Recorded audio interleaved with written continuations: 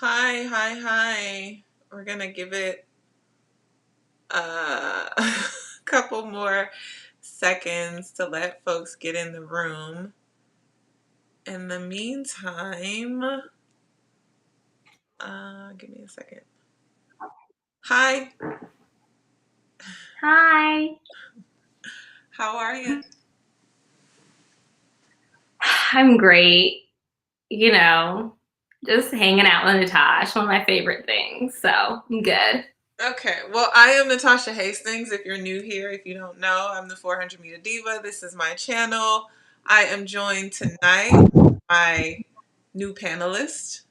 We're introducing something new tonight. Corey, you want to introduce yourself? Hi, I'm Corey, the Corey Monster, no diva. I run the 400 hurdles. I'm a single mother of Kobu Carter. Why do you look like that? Wait a minute. So apparently there's two separate lives going on right now. I don't know how this is happening. Ay. What's What did happening? you do, Natasha? I You don't were in charge. know. Also, why come I can't see the comments like last time? Because I haven't populated. I switched the link. No, I didn't. What do you mean? What is going on? Okay, so I'm gonna look at this YouTube what you did. what happened? I got greedy for views. Apparently so. Well, let's try and make sure everyone makes it here.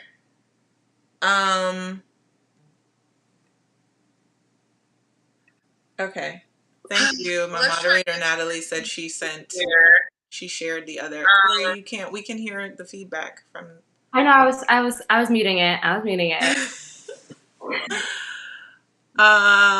the one on my IG story leads us somewhere else. Oh no, that's not good. Okay. Wow. I'm sorry. Well, guys, keep sharing and liking this video, and hopefully we'll redirect everyone here. I don't know how that happened. I don't even know how to fix that. So sorry. Ay. Natasha. Thank you, TC Bell. Yes, my moderator has informed me that there are two separate lives, and I don't even know how to. I don't know how to fix it. But thank you guys for joining us. So before we get started, Corey and I had this. Huh? Before we get started, I would like to blame you for all technical difficulties. I ain't got nothing to do with that, but I stand beside her. Blame received. I don't know nothing about technology, and I be trying to finesse the thing. So sorry. My apologies. It's all my fault. But Corey and I had this bright idea to give our 2 cents on the meets for the rest of the summer. Especially the games in Tokyo. We'll have to navigate how we can talk about that, but we're going to give our reactions, responses. We're going to start off tonight with the trials that were so exciting. So everything. We can talk a little bit about my experience there. Corey's going to share again why she wasn't there. And then, yeah, we'll just kind of get into things. Of course, we're always down for comments, questions, support, whatever. We're here to have a good time. Okay. I'm excited. Are you? Always. Are you guys interested in hearing our takes on the rest of the summer league, the summer circuit? Nah, be real. Don't sugarcoat it. What are we gonna sugarcoat? Okay. So I'll go. You want to go first, or you want me to go first? I can go first. I mean, you can go first. You went to the trials. Okay. I just watched them. So I am, as you can see, home from Eugene. I think just about everyone who was in Eugene is probably home by now. I will be posting it turned out to be a video diary more than a vlog, but I will be posting that probably later on this week or sometime next week. The editing thing is like overwhelming me. Um, so that'll be up. But overall, honestly, of course, or obviously rather, disappointed that I won't be in Tokyo. But I'm very pleased with the fact that like I went out and like gave it my all. Um, it's just there were a number of things that now in hindsight I'm kind of like, maybe we could have did this, maybe we could have did that. But honestly, my execution of my prelim and semi round, I was like, there really wasn't anything that I could have done differently. I came off the turn, the second turn that is, for the 400, and I was like, kind of talking mess, like, oh yeah, we're in a good position. And then the last 80 just wasn't there, which is weird because it wasn't like I died. I wasn't tired. It was like I just went for something that wasn't there. I hate when you go in your bag of tricks and you're like, I ain't got my finish. Like, I swear I Yeah. put here Literally. somewhere. Literally. And it But was, also, again, it wasn't like I was tired or I died or it just, I was just I also would say that your semi was stacked. There was two different semis going two on, different semi. and that affects your final. Like the amount of energy you have to exert in that semi. Because Totally. I'm not sure about Diamond League meets, but I am competing. I am going to finish out the summer season. Thank you, Todd Lone. Thank you. Oh, Jay Wilson, thank you for the super sticker. My moderator putting it out there how you can support. Natasha was in the death semi. no, for real. And I just feel like there are certain, I'm gonna say certain, but it's like all the races in the US, it's like stacked. Mm-hmm. But 400, y'all were out there running. We were out there running for sure. For sure. And you know, it sucked to watch the 400 finals, but I was cheering on Allison and Quinera. Obviously, there's like a special connection. Seeing the mommies do it, and it was just like another like, oh, like this really can be done. And it was just dope to see them go out there and finish it, you know. And then of course what Allison then finished off with launching her shoe line, and just, you know, it was just a mommy, awesome mommy moment. Yeah. All right, Corey, your turn. Yeah, I wasn't at trials because I just been struggling with a chronic Achilles injury, and it's kind of difficult to run the hurdles with a very tight, inflamed Achilles, because being able to like stretch and then land after the hurdle is like really painful. And I like, for me, like I'm okay with pain. I was just kind of like, I will just thug this out. But my coach really was like, I'm gonna take you to the back and just, you know, lay you down because you ain't going to trials, because he was just like, there's no point of you going out on this track and limping around. Like he was just like, and to me it was hard because I'd have days in training where I'm like, oh, like you're you, I'm me, like I'm running well. And then the next day I'm like, oh, I can't walk. All right. And like I was trying to work myself up to like, okay, if I can get 2 days of like solid work in a row, like I'm just gonna figure it out. But the issue with trials is like you have to be able to like come back 3 days in a row. And I was just like, some days I can't even put together 2 hurdles, which is like really hard when your body just like fails you. And I'm just like, I invest so much in you for you to just bail out when I need you the most. So yeah, it was hard to just watch those girls. It was fun to watch them make history, but it's like I want to be in the mix. Like I want to participate, and like, you know, I had this goal for years, 5 years, and to not be able to like go after it was heartbreaking. So she, she had is in a little light depression, but I'm okay. I don't like when you But I say feel how like that it's hurt. understandable. But yeah, so the good thing is like I'm still a fan of track and field, so it's still like the trials was still a fun experience to me, even though like the trials in itself, I feel is the most like emotional roller coaster of an event because it's either everyone's best day of your it's like three people's best day of their life and everyone else's worst day of their life, and there's no the only thing you're trying to do is make that team. Mm-hmm. And I feel like it's just like so emotion filled of an event.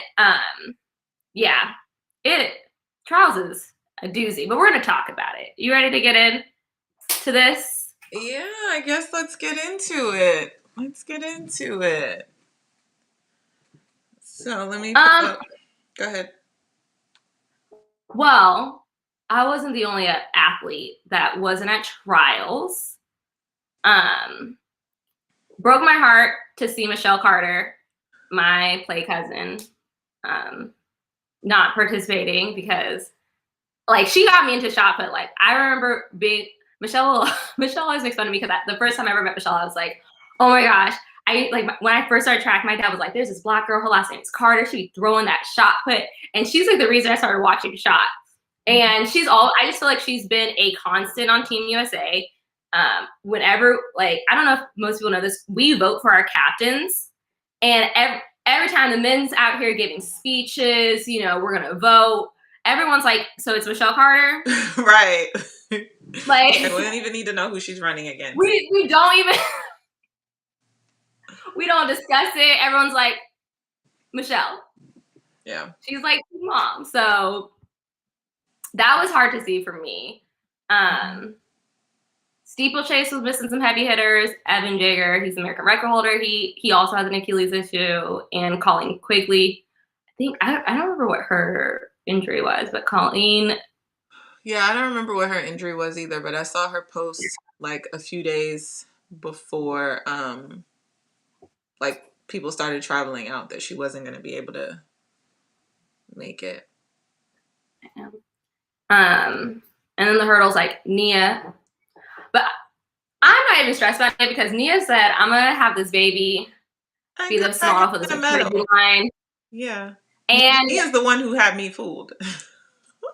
And Nia stays being like, so I'm going to drop this baby and go win this medal. Like, it's part of her training cycle at this point. Like, for some people it is though, because you do get a dose of hormones, but if you don't know how to get your body back right, like, yeah. because even my chiropractor that I only see at like the major championships, or I shouldn't say I only see. Most years I would go see him in Arizona a couple weeks at a time throughout the season. But, mom life, I couldn't just pick up and go like that. So when I finally saw him, he was like, man, we probably should have had this baby sooner because, like, your hips are positioned better. He was like, I think the baby passing through kind of like move your hips. And then he was like, he was even able to. Way out, Mom. I got he was like, I'm even able to move your hips better. So, yeah, we hated to not see Michelle there. Michelle kind of let me know a few days before. She kept that real hush hush. That, or I shouldn't say she kept it real hush hush. I'm not sure really how long she knew that she wasn't going to be there, but I spoke to her the day that she had surgery, and she let me know, like, yeah, I'm not going to be there, but we will see her next year in Eugene. And then in the hurdles, Georgiana wasn't in there either. Georgiana Moline. And then I was sad mainly because I love looking at his cheekbones. Karan Clement was missed. Look.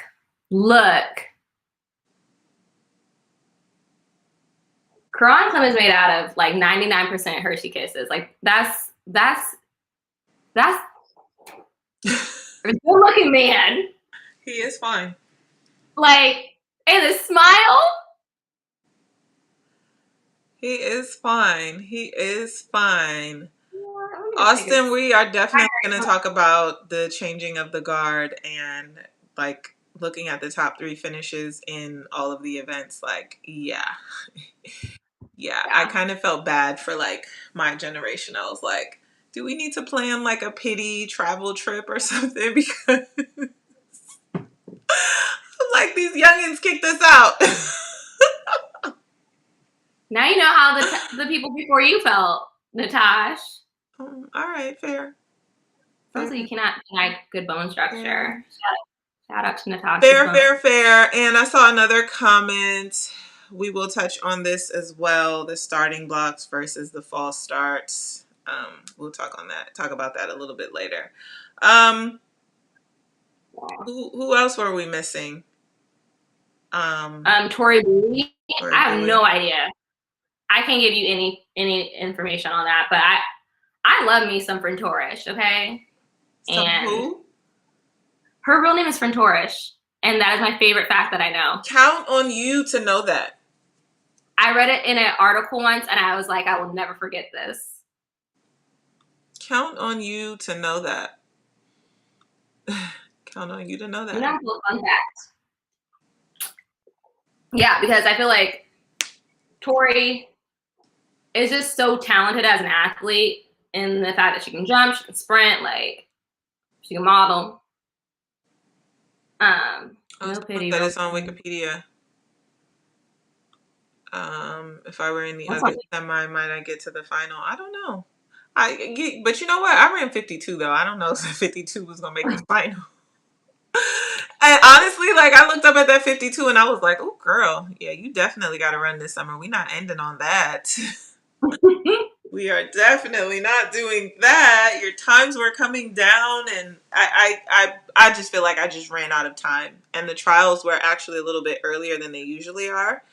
And so I really feel like I missed out on having that extra couple of weeks to like just train before going into trials. But you know, everybody was chasing these standards going into trials, and you know, Yeah. And I just feel like it's a different type of strength to be able to run one good 400 as opposed to 3 in a row.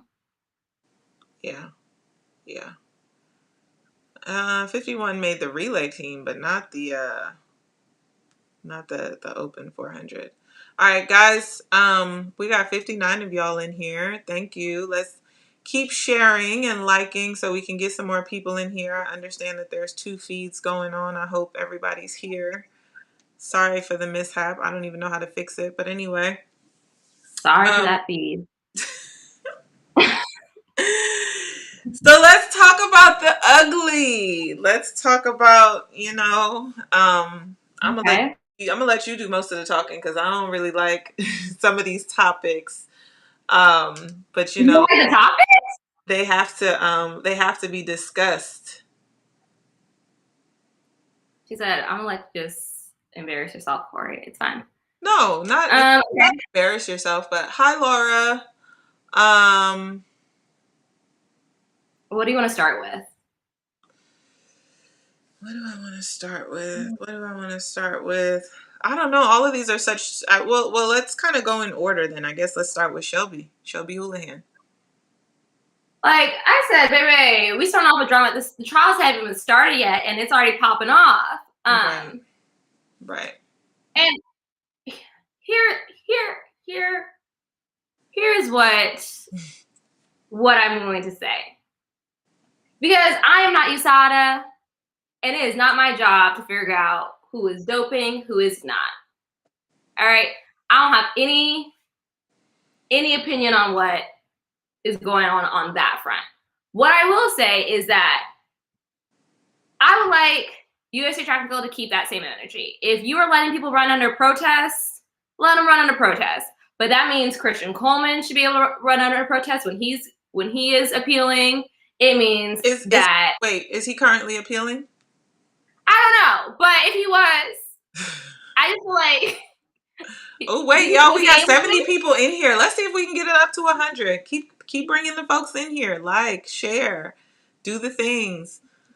Do the tweets. The Twitter. Yes. But So, like when he was suspended, was he allowed to run at a protest? I don't know. I don't know. What I'm also hearing is the difference is in where the ban is coming from. And supposedly, not supposedly, Shelby's ban is coming from the AIU versus USADA. And that's my other issue.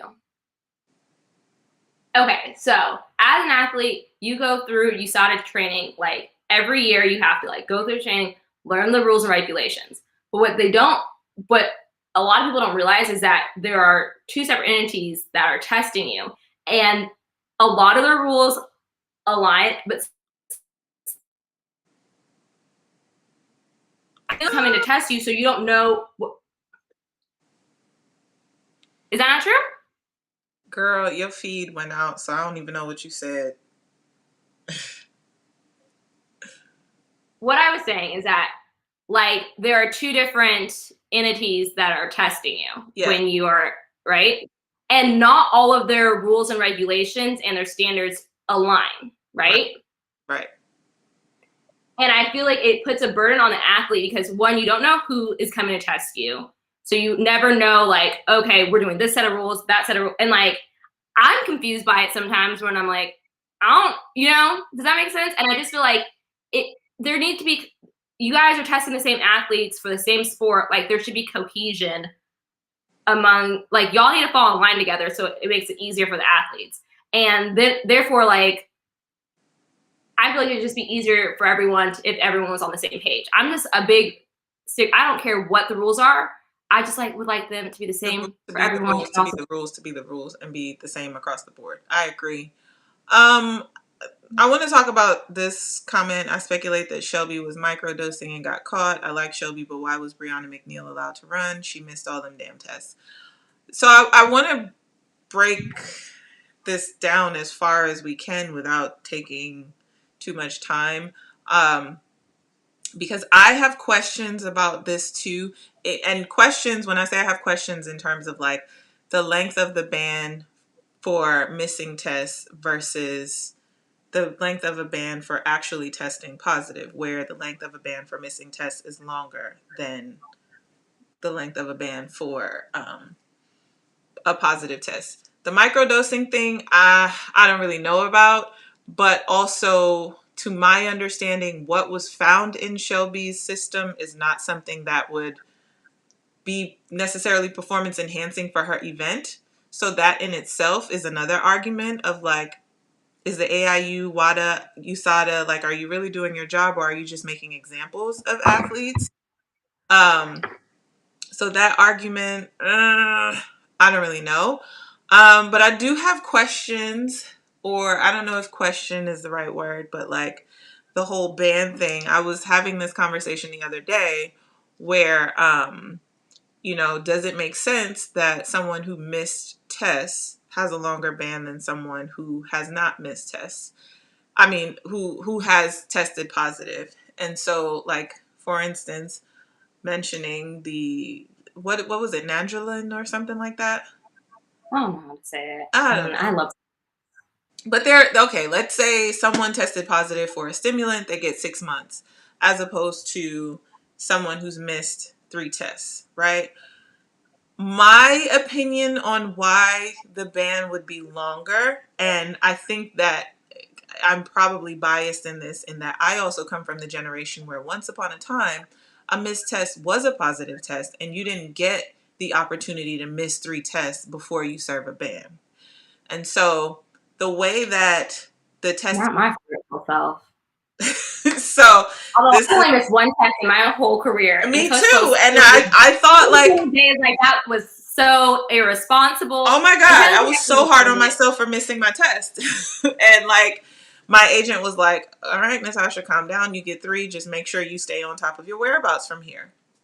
But I think we have to take it a step further to think about what it means when you miss 3 tests in a year, right?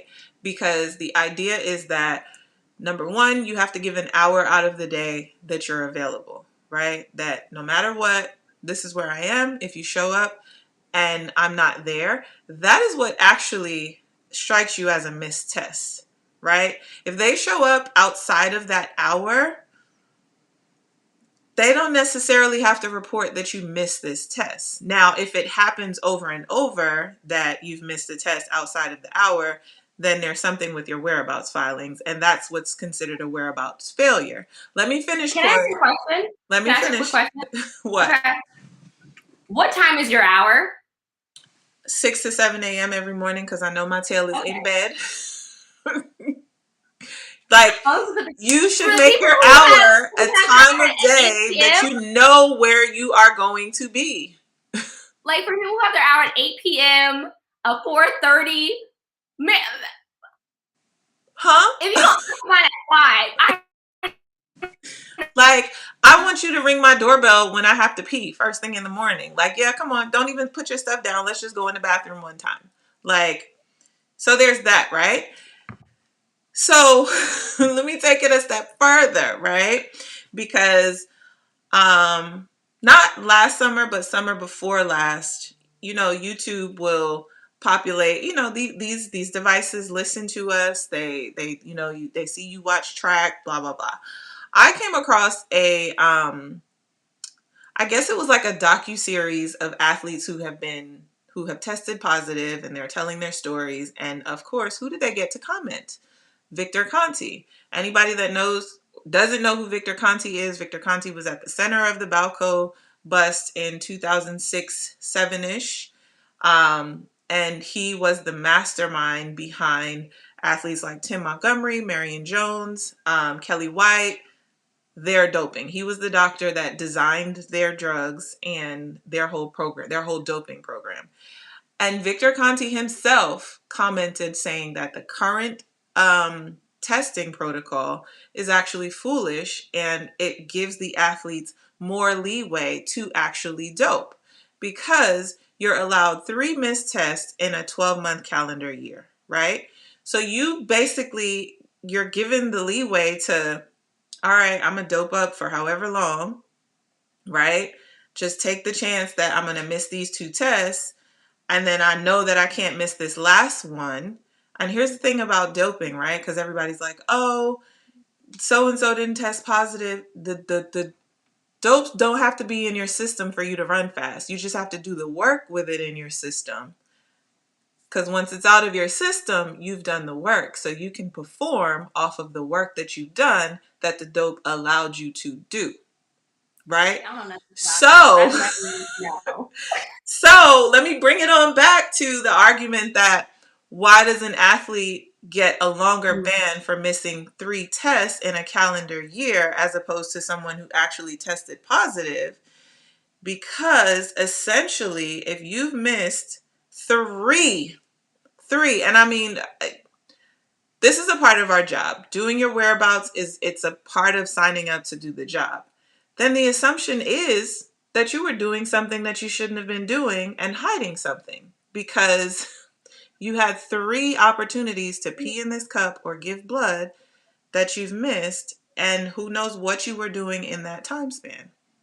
So I don't know.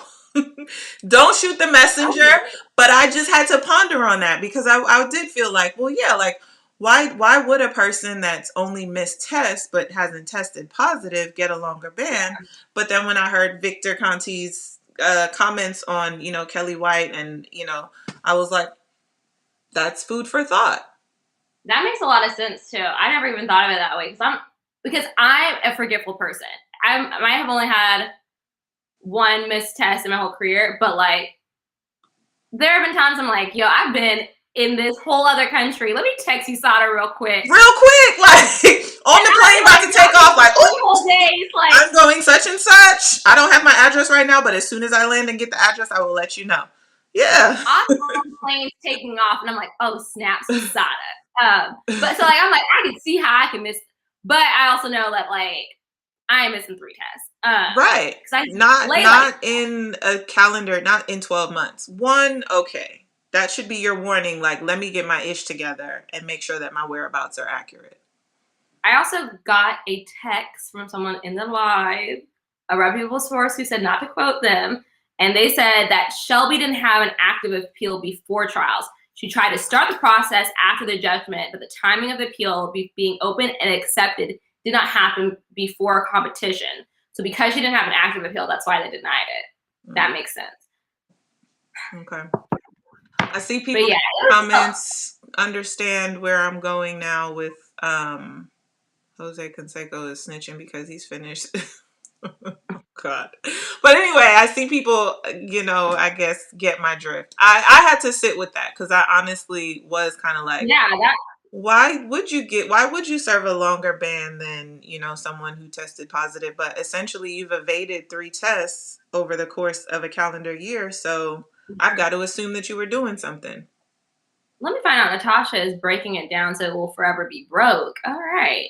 But again, I came from the generation where if you missed a test, it was a positive test. So that's another reason why I kind of have this frustration that, like, how dare you miss 3 tests? Because once upon a time, if you missed one, that was it. It was a 2-year ban, no questions asked. Done, period. So... Yeah. Because in the back of my day, we had a mail in our whereabouts. And let me tell you something. I've taken a drug test in Target. I've taken a drug test in the gas station halfway between Columbia, South Carolina, and Atlanta on the I-20. These drug testers, they want to get your sample. So even if you're not exactly where you say you are, like, hey, I just ran to the mall real quick. Can you meet me at such and such? Like, they will do it. So... Hey, I'm at Petco with my baby. He's at the hospital. He's at the vet. Like, I'll come. I'm coming to you, but it's like, or can you come to me? They'll come to you. Yeah, they will. Yeah. But the issue is when you're like my one missed test. I was at home during my hour, but I forgot to update my whereabouts because I got on a plane, and I was like, technically, I'm on this plane while you were there. Mm-hmm. But I was at home awake during my hour, and I was like, I really should appeal this. I was like, it's fine because it's like, yeah, y'all gonna know I was not in town, but I was at home during my hour. Mm-hmm. Let's talk about these blocks. Let us talk about the blocks. Supersonic blocks. My first thought or question is, could I handle that? Because let me tell you something. When there's a false start in my race, my first thought is, I could be halfway through this ish. Also, I feel like it's different in our event because I feel like as people who run the 400 hurdles, like, there's understanding, like, we're doing a lot. I don't have time to play games with you. Like, we're not doing, like, keep your little butt in these blocks and then we gonna go. Like, we don't have time for all this extra stuff like these short sprinters do. So to see that happen in the 400 hurdles, I was like, bruh. And then when it came to the men's 110 hurdles, like, you're going over this hurdle multiple times and having to slam on these brakes. Like, you can get hurt trying to go over. I had a teammate who got hurt, not on a false start, but just like doing her little block start, and they didn't push down hurdle 3. And so she tried to like jump over it and slow down at the same time and like rolled her ankle. It's dangerous to just keep doing that over and over again. Yeah. Like, especially when your intent is to go over 10 hurdles, you know what I'm saying? As opposed to be like, I'm in the blocks and just doing like 1 hurdle, you know? Yeah. I think it's kind of 84 people. Y'all keep sharing and liking. Let's get it to 100. I've never had 100 people in here, Corey. If you get I've never had 84 people in here. You breaking records, girl. Come on. Come show them a little bit more shoulder. That might bring some more folks in here.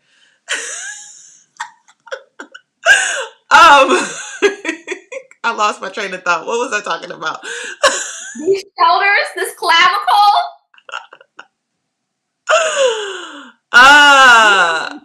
Oh my goodness. Tough Gone 26, the anti-doping agencies admit that they only catch about 1% of all cheaters. That is, when I think about retirement, one of the many reasons why I'm like, okay, yeah, now that made me think about it. I'm like torn, right? Or I don't know that I'm torn, but technology is always improving itself, and there's always like, how can we improve the sport? And so the one thing being these sensors on the blocks to like, take away the human error that someone is false starting, right?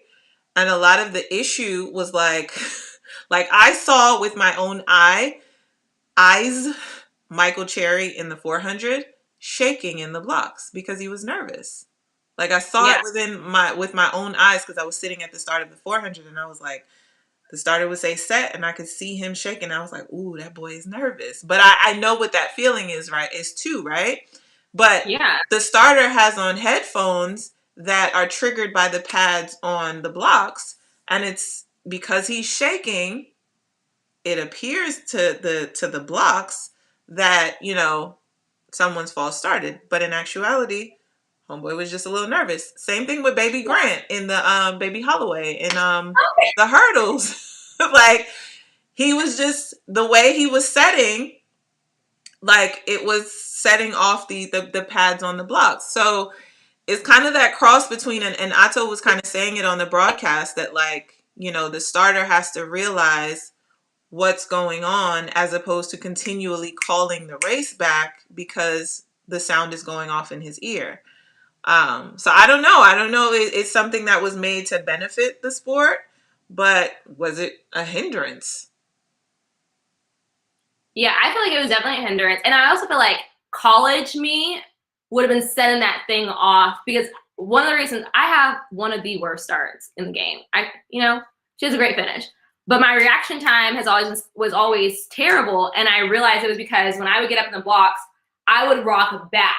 Mm-hmm. And so I feel like I would be setting the blocks off in college because I would consistently be putting pressure on, which is not what you want to do. It's like I'd have to once the gun went off, but I fixed that. But well, that was the issue with Anna Cockrell in her semifinal, that the starter went over to her and said, "Hey, when you get in set," because I think what she was doing was setting and then coming down a little bit.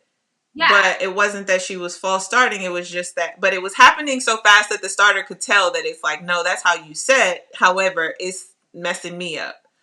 yeah, So, and I feel like now I lost my train of thought. we gonna be doing that all night. Oh yeah. Oh, here it is. How like what am I supposed to do at the Olympic trials to change my form in the blocks?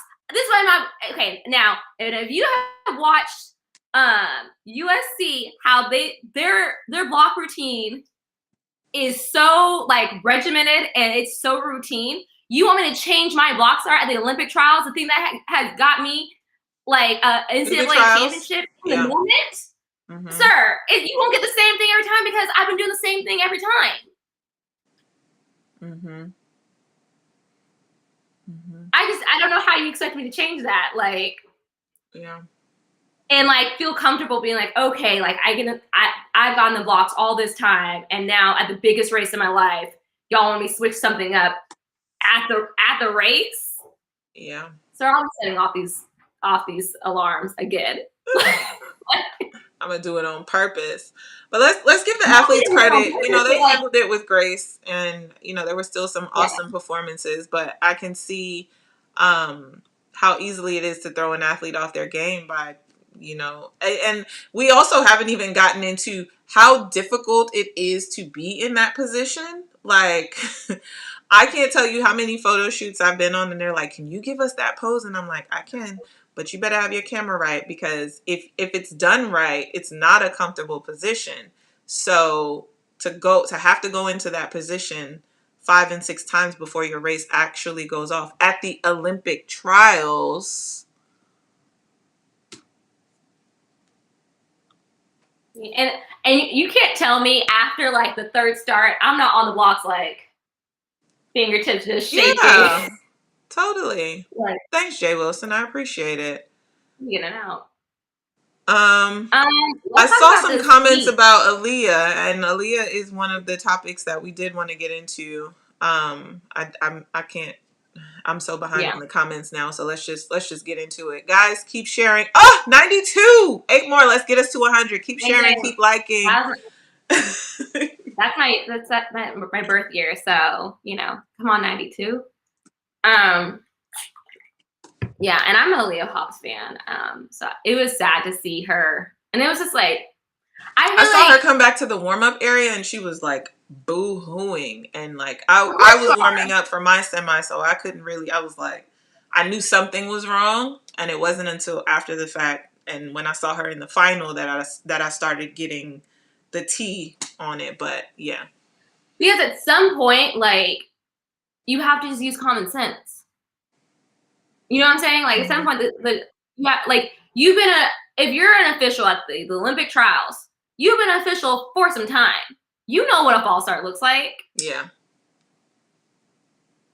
and like I just feel like it wasn't as when I was watching the replays, it wasn't as if someone like got to jump out. Like it was like, oh, this person got to step on the field. Like clearly, that's a false start. Yeah. It's like, oh, clearly there's something going on with the calibration of these blocks. Right. Also, Atto pointed out too that there was like I think it was the short hurdles with Baby Holloway that like they showed the reaction time and like there's no way that his reaction time could have been that fast, you know? So it's even that where it's like, come on, guys, like you've been a starter, an official for how long? Like, you know, you know. Yeah. Shouldn't they at least have two shots at a false start? First one is a warning and the second one. So that used to be the rule. And ironically enough, the one and done rule was put in place for the exact reason why we ended up with 5 and 6 false starts, because you know we're on TV time. Then the athletes, we time our warm-ups down to the minute, to our call room time, to you know how long we're in the call room, to being taken out onto the track. It throws everything off. So it's kind of ironic that like the one rule, the one start rule was started for that reason, and then now the censors created a whole nother situation that brought us right on back to why the rule was created in the first place. Yeah. And I'm like, and I understand the concept, but I'm like, who really is that great at timing it out? These No, starts, you no, know? no. There are people that are. There are. Maybe it's me because I have a terrible start. Because I'm Atto like, Bolden has said it himself that there is a race in his career. I want to say it's his 200 PB that he knows for a fact that he got a flyer. There are people that are good at timing the gun, like I ain't and gonna risk it. I ain't gonna risk it like that. I Like, ain't gonna risk it either. But there, if you have two chances, right, you'd be more willing to yeah. risk it. And I also feel like the difference is I run a race where it's It counts, but not really. You can make up for it. as someone who's like, oh, like it's egregious. Right. The like difference between me and the rest of the field getting out, and I'll be like, all right, I'll make it back. It's fine. Yeah. Yeah, I just couldn't imagine. Thank you for sharing. Let's keep sharing. We're at 97, almost at 100. Dang, dang. All right, let's keep it moving. Do you want to talk about these throws? These Yeah, throws? let's get into the throws. Let's get into the throws. Because Which one we starting with? I'm I'm gonna let you with take the hammer. wheel on this one. I'm gonna let you take the wheel. Okay, so let's start with Discus. First of all, before we get into the controversy with Discus, I just need to shout out my training partner. She's technically not my training partner. I don't train with throws, but she's my daughter, Val. Because Val was like, look, I'm just gonna be 20 feet ahead of second place, like over 20. I said, she said an Olympic trials record, and I just was like, oh, she in a whole different league right now. But the controversy.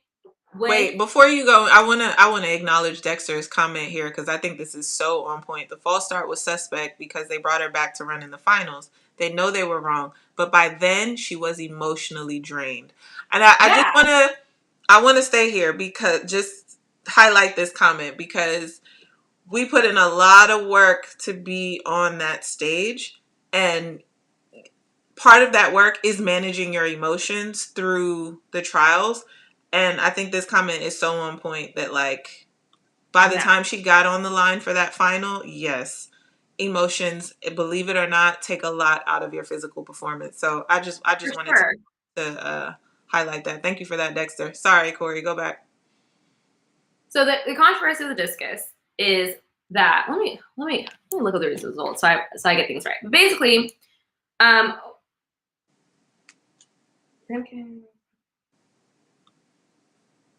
sorry.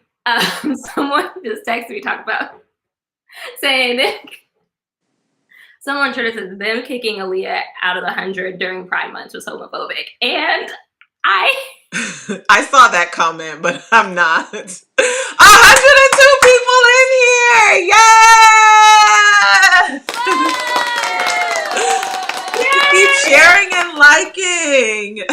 bro, I'm weak. That took me out. I saw that. I saw that comment. Oh, and I think I know that who's was funny texting to you. me.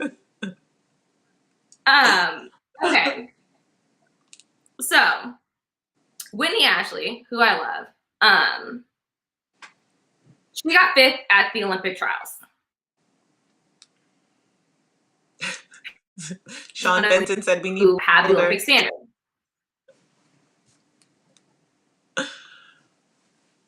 Oh no! I did no shoulder. Natasha was doing puffy shoulder, so I was like balanced each other out. So Whitney got 5th, but she's the only one with the Olympic standard. However, they said we're not taking Whitney. Now, historically, that would mean that Whitney was on the team because she has the standard. They said we're not going to take you, Whitney. We are going to take the woman with the higher world ranking who beat you at the Olympic trials. And Whitney's thing was just like, one, no one knew that was how they were determining the team. And two, what is the point of the Olympic standard if it goes off of world rankings? And to add to that, there's two things. I'm gonna be consistent with this is the rules should be the rules should be the rules. Like, let everyone know how to make this team so everyone knows how to make this team. Second of all, we in Covidi, like, we still in a Papa John's panoramic Panasonic Papa Bear. And so to have the determining factor be world rankings in a time when it's like, your state might say you can't leave this house, in a time where are you going to like, if you can't go to track meet, where can you go? There are no track meets to go to. And it's like, hey, it's going to come down. It may not come down to who's the best athlete. It's who's most willing to risk their life to go to these meets. Like, I just feel like this was not the year to play around with it off of world rankings. Like, we're in a whole Pantene Pro V.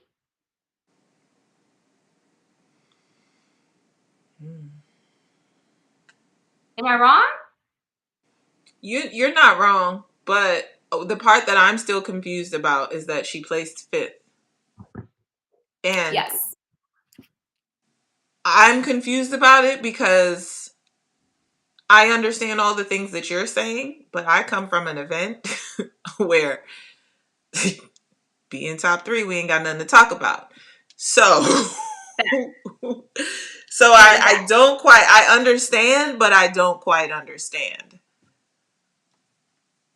Like, I guess the thing is, because, well, y'all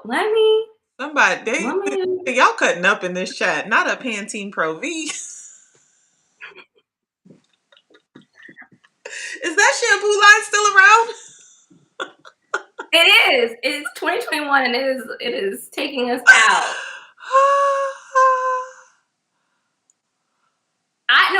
I agree. Like, here's the thing. I come from the idea of, like, don't give them an opportunity to play you. That. Like, make it to where they look stupid not to take you. Mm-hmm. I am never going to put my life in the hands of a technicality. All right. That part. However, I can understand where you're coming from if it's like any other year I would have made the team. And it's more of like, I just want consistency from our organization. Because in the same way is like how you said you're in an event where top three you got to talk about. Usually it's top six you ain't got nothing to talk about. And sometimes they'd be like, well, we just grabbing people from wherever and From put the in the 200. Now he's from the 400 hurdles. which is like understandable Yeah, because. it's still a 400. But And I would like to point out that Sydney ran what I ran in my first round of the 400. I called my mom and I was like, because by the way, everyone is trying to convince me into running another season, which we'll talk about that on another video. But I called my mom and was like, so you realize, homegirl. and you know the math is to find out her 400 time? No, I don't. So it's usually, depending on your technique, it's 2.5 to 3 seconds of difference. Listen. Let me change the subject. Just move on. Just move on. So yeah, I just like here. I am. It's not my Just job. move on. Let me go back to Whitney. I'm going back to Discus. I'm just what I would like to wrap it up with saying it is not my job to decide who is on a team. Corey, your Wi-Fi. Facet. Look, we are trying the best we can. We're doing the best we can. Next time what we have. And then okay, why don't you get into the hammer throw? Have we put a bow on Whitney? Do we have an understanding of like what's going on? I mean, but let's also say this because we are in a, I can't say it as eloquently as Corey say, a Panini, a Pantene Pro V, a Pangea, all of the above. Whitney does still have to be ready to go because yes, we are in a Panini. If someone tests positive due to COVID, they can't go into the village. So I believe that there is some protocol in place for, if an alternate has to go in. So, I mean. This is the year to be an alternate, I'm telling you. This is the year to actually have hope. Yeah. So in 2016, when I got fourth, I was like. But I do agree. I think largely what the issue is I think that there are standards from the IOC. There are so many different rulings and powers that be in place that it becomes confusing. And I genuinely, even like lumping this in with the whole anti-doping situation, I don't know the solution to it because the truth of the matter is like our USADA is a federal run entity. So you're talking about the United States government, you're talking about Nigeria's government, you're talking about Great Britain's government, all these different governments, and then the AIU that, like, it plainly put, everybody should be on the same page, right? And everybody should be operating from one set of rules so that there's consistency across the board. But I think what ends up happening is this pissing match and this power trip and like trying to have control that unfortunately who ends up suffering is the athlete. Exactly what I was gonna say. But I wonder how this will ever be rectified when you're dealing with so many chefs in the kitchen. I don't know. Yeah. So, apparently in regards to Whitney, they stated that world rankings can allow the athlete to go without the qualifier, which they announced in November, but it was not well addressed. All right. Thank you, Austin. All right. So we're going to move on to Gwen Berry in the hammer, who Gwen placed third, correct? Oh, 111 people in here. Come on, y'all. I love y'all so much. Keep sharing and liking. I think we had 112, but somebody left. Come on, get back in here. 112, peaches and cream. Let me stop. Why am I like this? So I'm interested. Let us know down in the chat, first of all, how you feel about athletes protesting. I'm interested for a number of reasons. I first and foremost have a different perspective than most athletes on the whole protest thing, because last year during, the start of the BLM protests. Sorry guys, I have my weighted blanket on my across my lap. So I had to get comfortable. We had a town hall with the CEO of the USOPC. Sorry, the acronyms changed, so I have to get used to saying it. But and then there's the whole. Speaking of acronyms changing, can I ask you a question? I'm afraid. Who is Wanda? In the chat? No, Wanda Diamond League. I was like, who in the world is Wanda? Wait, what? You know how the Diamond League's name is now like the Wanda Diamond League? I did not know that. I'm like, who is Wanda? Who is Wanda? Who is Wanda? Girl, you should tell me something. Diamond League Athletics, their little IG. Wanda Diamond League. I want to know if you guys have answers as I feel like I'm moving the wrong way. If you have answers as to who is Wanda, let me know. I got distracted by this. Oh, World Athletics National Diamond Association. Wanda. What is that? Boom. Boom. Okay. I said, who in the cosmos are Wanda?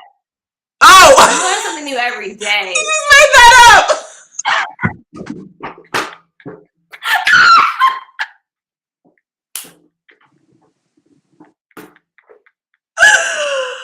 I'm done. I'm gonna go this live. Good night. I instantly just got hot. Wanda Group is the sponsor. Okay. Who is Wanda? All right. Ay.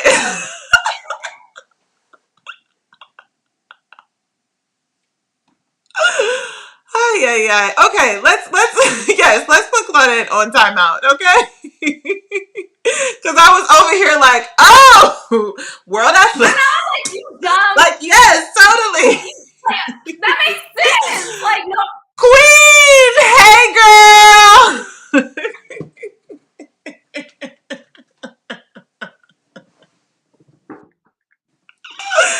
Queen said she fell all the way out. Listen, I am dead. That was like me. That was a good one. It was a good one. Definitely over here eating it up like, oh, okay. Yeah. So let me learn my little So Wanda is the sponsor. And I was like, I know my track history. I was like, what? Like, who is Wanda? All right, sorry. Okay. You had the town hall. I don't even know what we were doing. What was I talking about? Oh, the protesting thing. Black Lives Matter. Yeah. So, I watch The View basically every day, and Gwen has made headlines, and of course Meghan McCain had her views on disrespecting the national anthem. I think the point that is missed, and Sarah Haynes made this point that, like, as a child, I think we all, when we start to dream about going to the Olympics, we dream about hearing the national anthem in our honor. But as you become older and understand the lyrics of the national anthem, as a person of color, it hits different. And so we come from a country that you are allowed to protest and speak truth to power.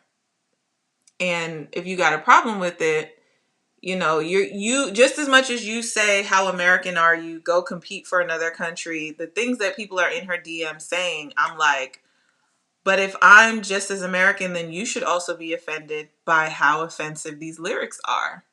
But even you can't see past that beyond how you feel about, and Meghan McCain made this point that, like, going to the Olympics is not just about you, but then told a personal story about why the national anthem is important to her, but can't see why it's offensive to people of color. But even if it's not offensive to you, I feel like if you're like, hey, you're an American, be proud of being American. Part of being an American is that we have the freedom to protest and to not have to we're not in a dictatorship where every time the national anthem is played, you have to salute and, bow down. Like, that is part of the beauty of being an American. And I feel like you have to respect that. We have autonomy over and freedom. That's the whole point of, whether you believe Gwen or not, you should respect her right to protest. Period. And Queen, thank you for making that comment, because I honestly hadn't really been paying attention to kind of like what was going on as far as like the national traction that it's been getting, and apparently Putin has made a comment about it, and that was also Meghan McCain's gripe about it, that now we're displaying to the world that we are weak, blah blah blah. And again, the hypocrisy of it all. We go into other countries in the name of human rights, but we can't take care of our own human rights over here, but you're worried about us looking weak anyway. Sorry, so let me stay on topic here, because I was talking to my mom and it came up that like she felt set up, and we were like, well, how did she feel set up? And then we read some more, and it was like, I said, oh, wait a minute. The only time I remember hearing the national anthem, Corey, was at the opening of the event. I don't remember hearing the national anthem for every other track meet I've ever been to, other than the Olympics. Because think about it. How many events ran at the trials? I don't know. But if the national anthem played for every single medal ceremony that happened after every single event, the track meet would have never ended. So I believe Gwen. She was set up. Sorry, I don't care who's mad about it. She was set up. That national anthem was not played for any other medal ceremony. I didn't hear it. Queen just said she didn't hear it. Queen was there. Like,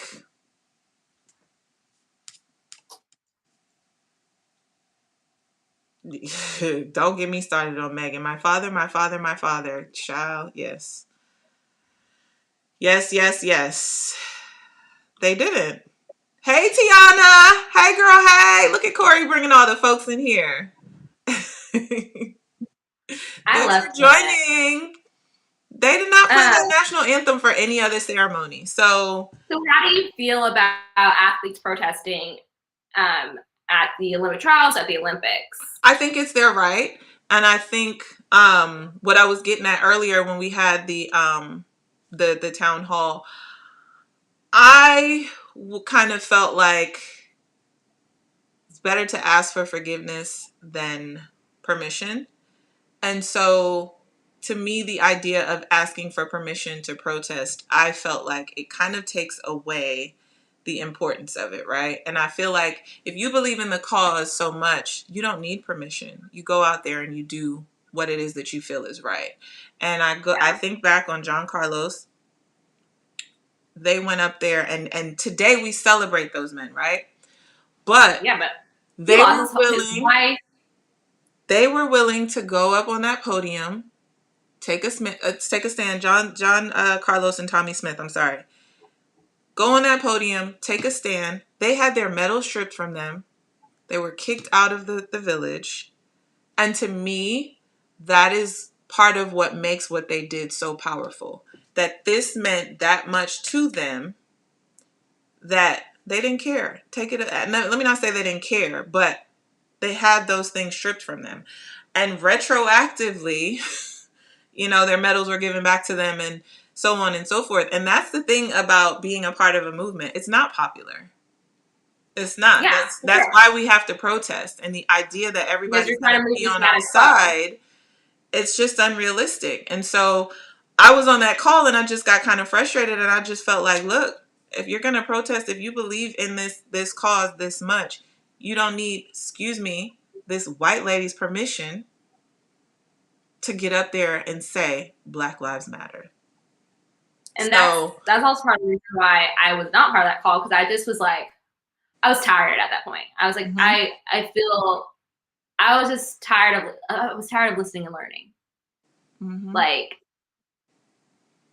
yeah, and I think the whole part of participating in a protest is to be disruptive, is to make people uncomfortable, is to make people really take a moment to recognize what's actually going on. And it's like, yes, we're interrupting your fun, and because what we do is entertainment, right? Mm-hmm. And we're interrupting your entertainment to talk about something that's really important, because at the end of the day, like, whether at the end of the day, like, you are Black before you're an Olympian. I am Black before I'm American. So as you said that, I want to go back to this comment because somebody's in here trolling. And listen, we don't all have to agree. But first of all, I ain't wealthy. I don't know what you're talking about. But even if I was wealthy, it doesn't stop the fact that I'm treated differently when I walk into certain stores.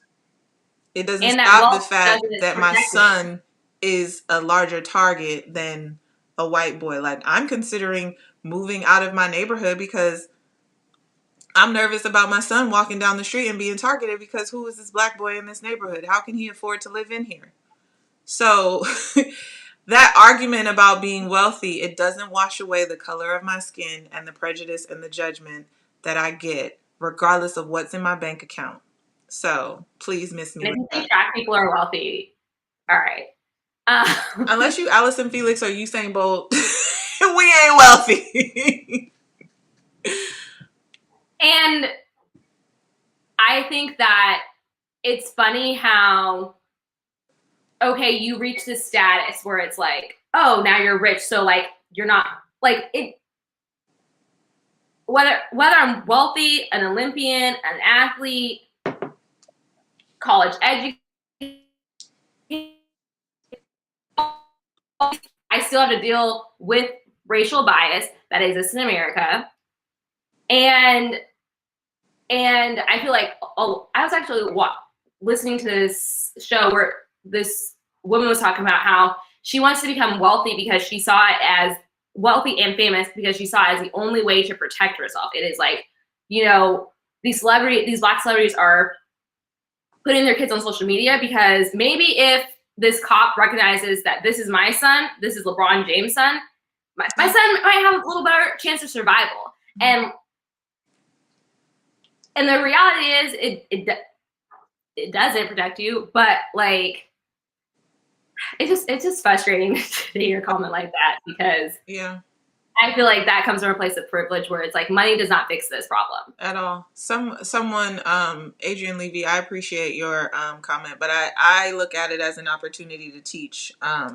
My grandfather is one that I love telling this story because I love my grandfather, number one, but I come from a family of comedians. But um, my grandparents live in Trinidad, and my grandfather worked hard all his life, and he worked hard to build this amazing, I'm going to call it a mansion on a hill in Trinidad.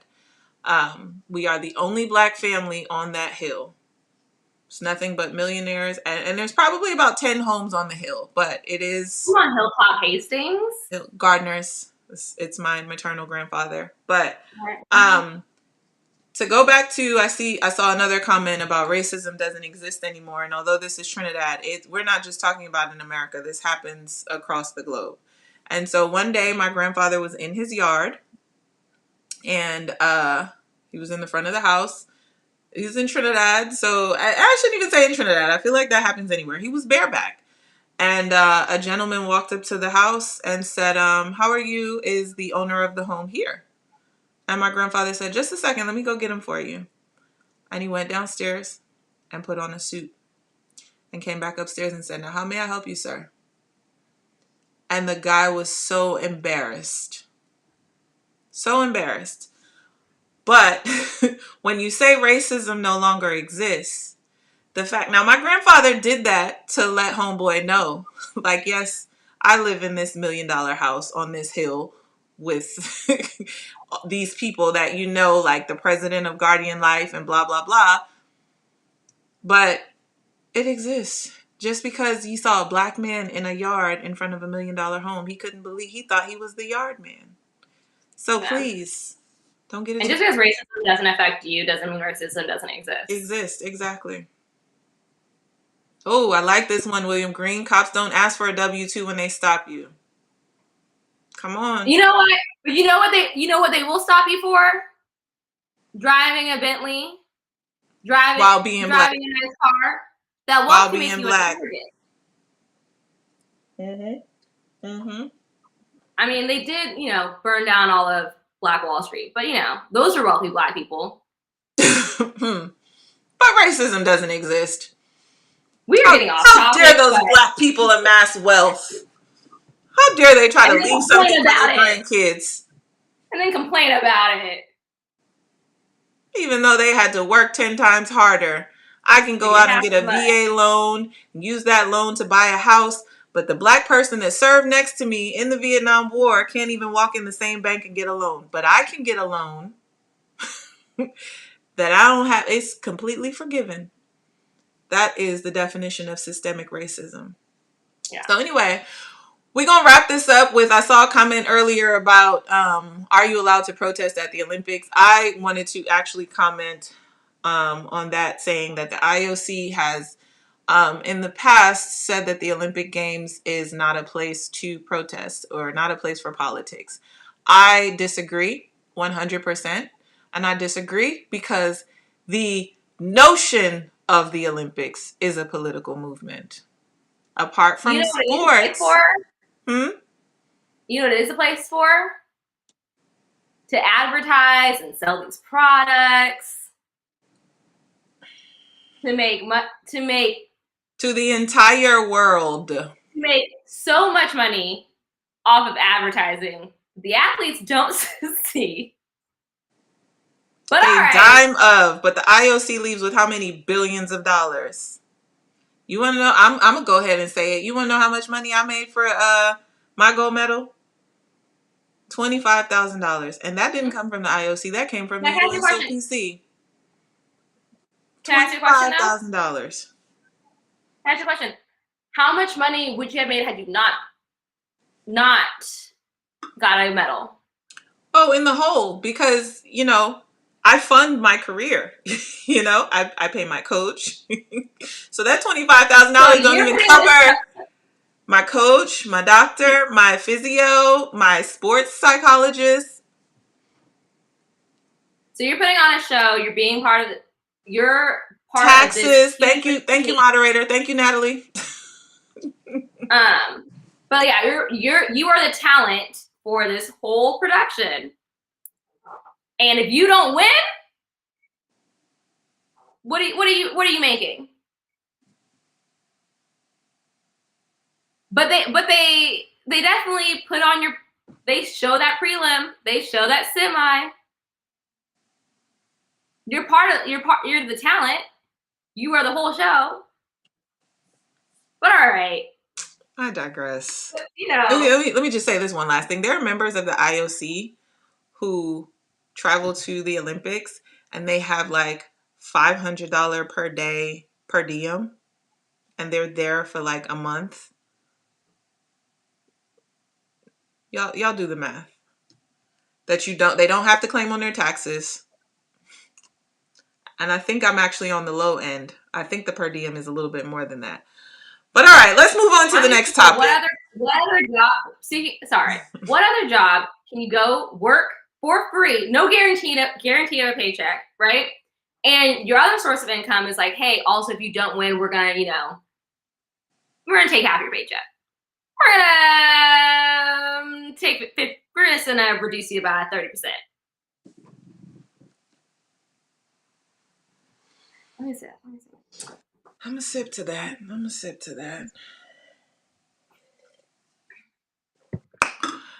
All right. But they're only catching 1% of people who are doping.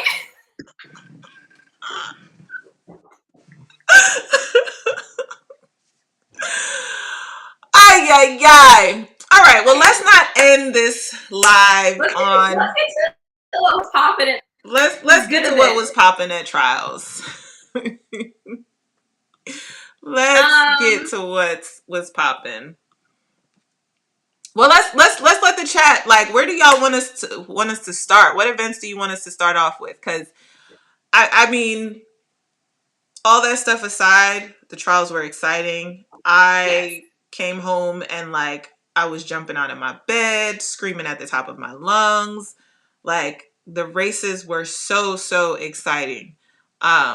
What races do you guys want to start off with? I will say, even though the 400 is my baby, the 400 hurdles was my favorite race. Women's 400 hurdles. Gang. I mean, obviously.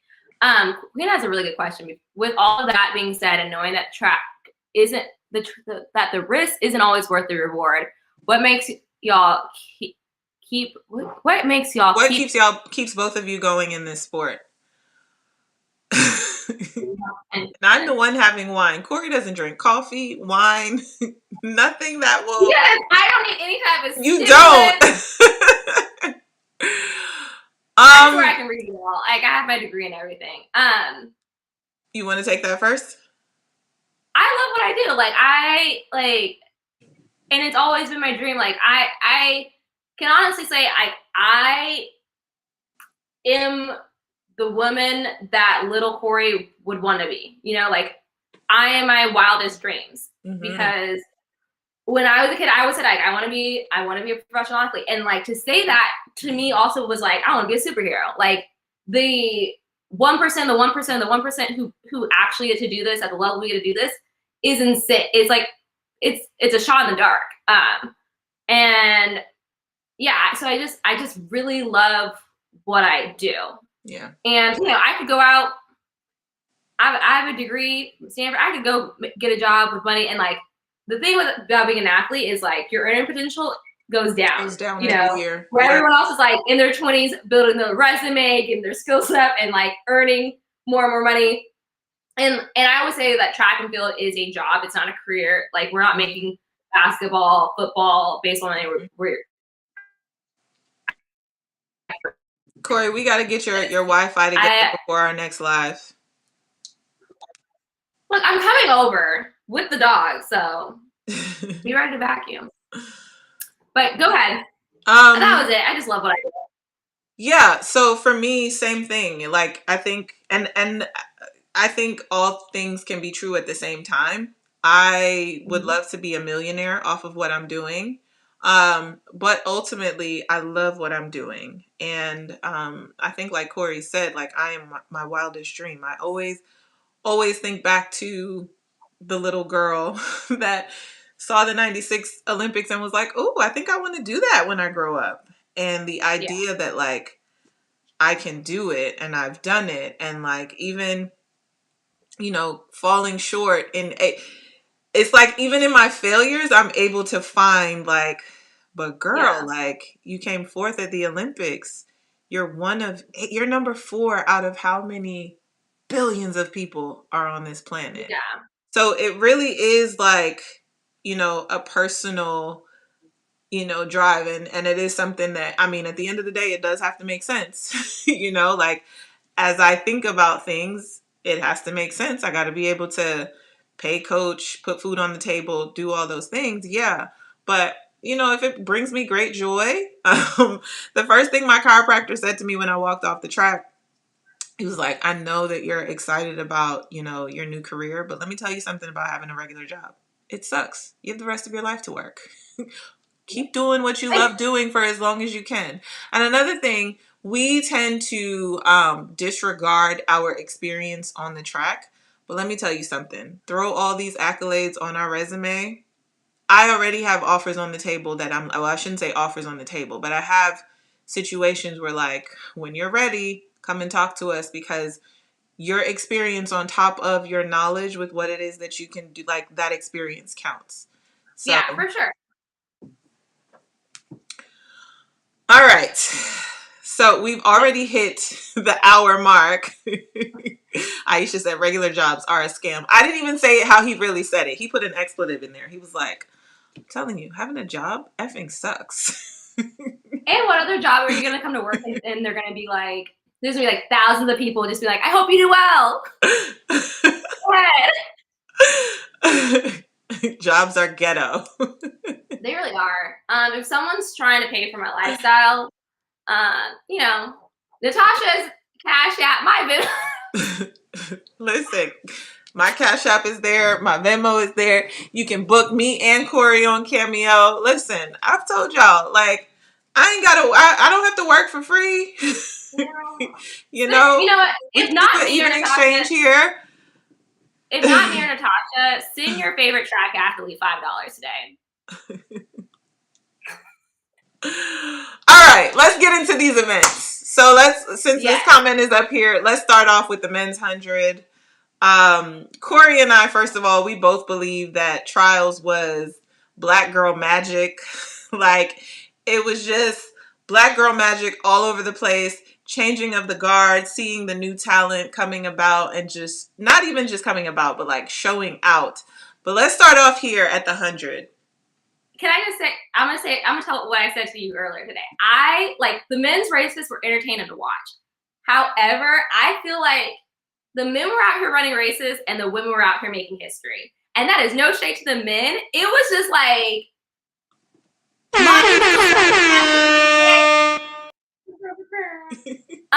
I was like, the guys just was like, okay, cool, solid races, but the women's race was like, it got my spirit in my soul. But let's talk about this 100. Do you want to go first? Yeah, so the 100 was Bramel to, oh God, Curly was third.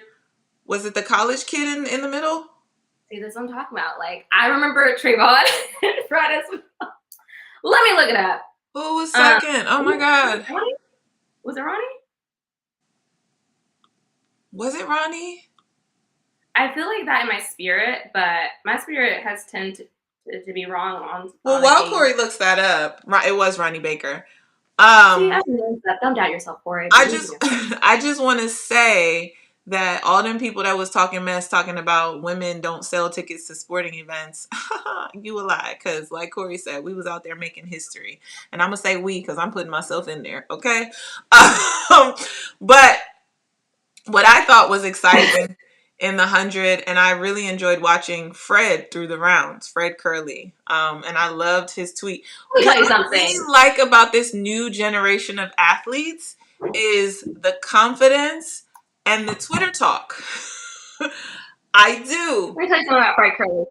And Fred was like, Fred Curly is the hot girl this summer. I'm just letting y'all know that Fred Curly is the baddest on the track. Like, business is booming. Phase 9, phase 19, phase 42 later. Okay. Yeah. Let me just say. Let me just say, I met Fred Curly 2017 at US Nationals. This was after his, I don't remember, it was after his collegiate season of just like wreck and shop, right? And Mike T and I were at the track doing a pre-meet or whatever, and Fred walked up. He just walked by on the track and like, he did a general, hey, how you doing? But Fred's aura, Fred's swag, I kid you not, I turned to Mike T. I said, that boy is going to be a problem for these boys. So when Fred announced, or when the declarations came out that Fred was running the 100 and the 200 and not the 400, I wasn't surprised. Because I was surprised, but I believed it. Because when I said that boy is going to be a problem, the energy just gave me, I'm crazy and I believe in my crazy and I'm going to make you believe in my crazy. And Fred made the world believe in his crazy last week, okay? Because people were like, no. And let me tell you something. He almost did it in that 200. And I believe if he wasn't in lane 2, he would have did it. Here's the thing. Fred was out there on beaches, okay, running barefoot on the sand, drinking coconut straight from the tree that he got it. Like, Fred trying to get out of the mud. Also, I feel like we have to also talk about Trayvon because, like, this is a man, I just feel like he's gone through, like, evolution. He is running with purpose. Okay. And, like, I just feel like I've seen a real, who was trying to call me? It's my mother. Mom, I'm doing a live. But I just feel like I've seen a real change and a maturity to him. And I just feel like I feel like his injury, like, humbled him to where he had to build himself back up from the ground up. And he is a new machine, like a new beast. And I love to see it. I love to see it too.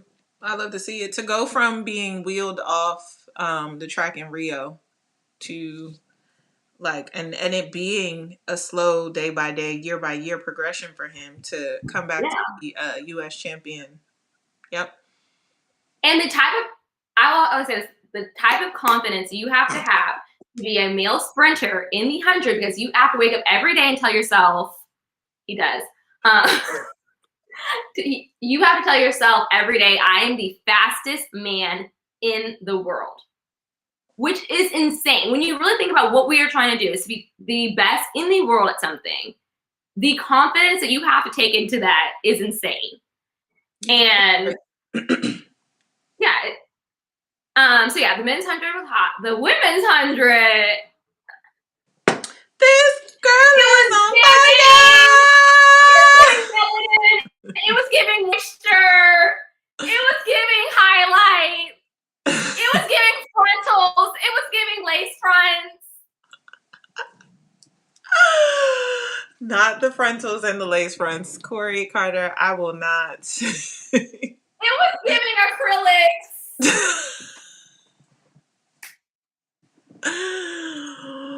Yeah. I don't even have words. First of all, the way that Sha'Carri, I'm sorry. I want to make sure that I pronounce her name right. Sha'Carri, baby. The way that thank you. This is what I'm getting to. Michelle Obama,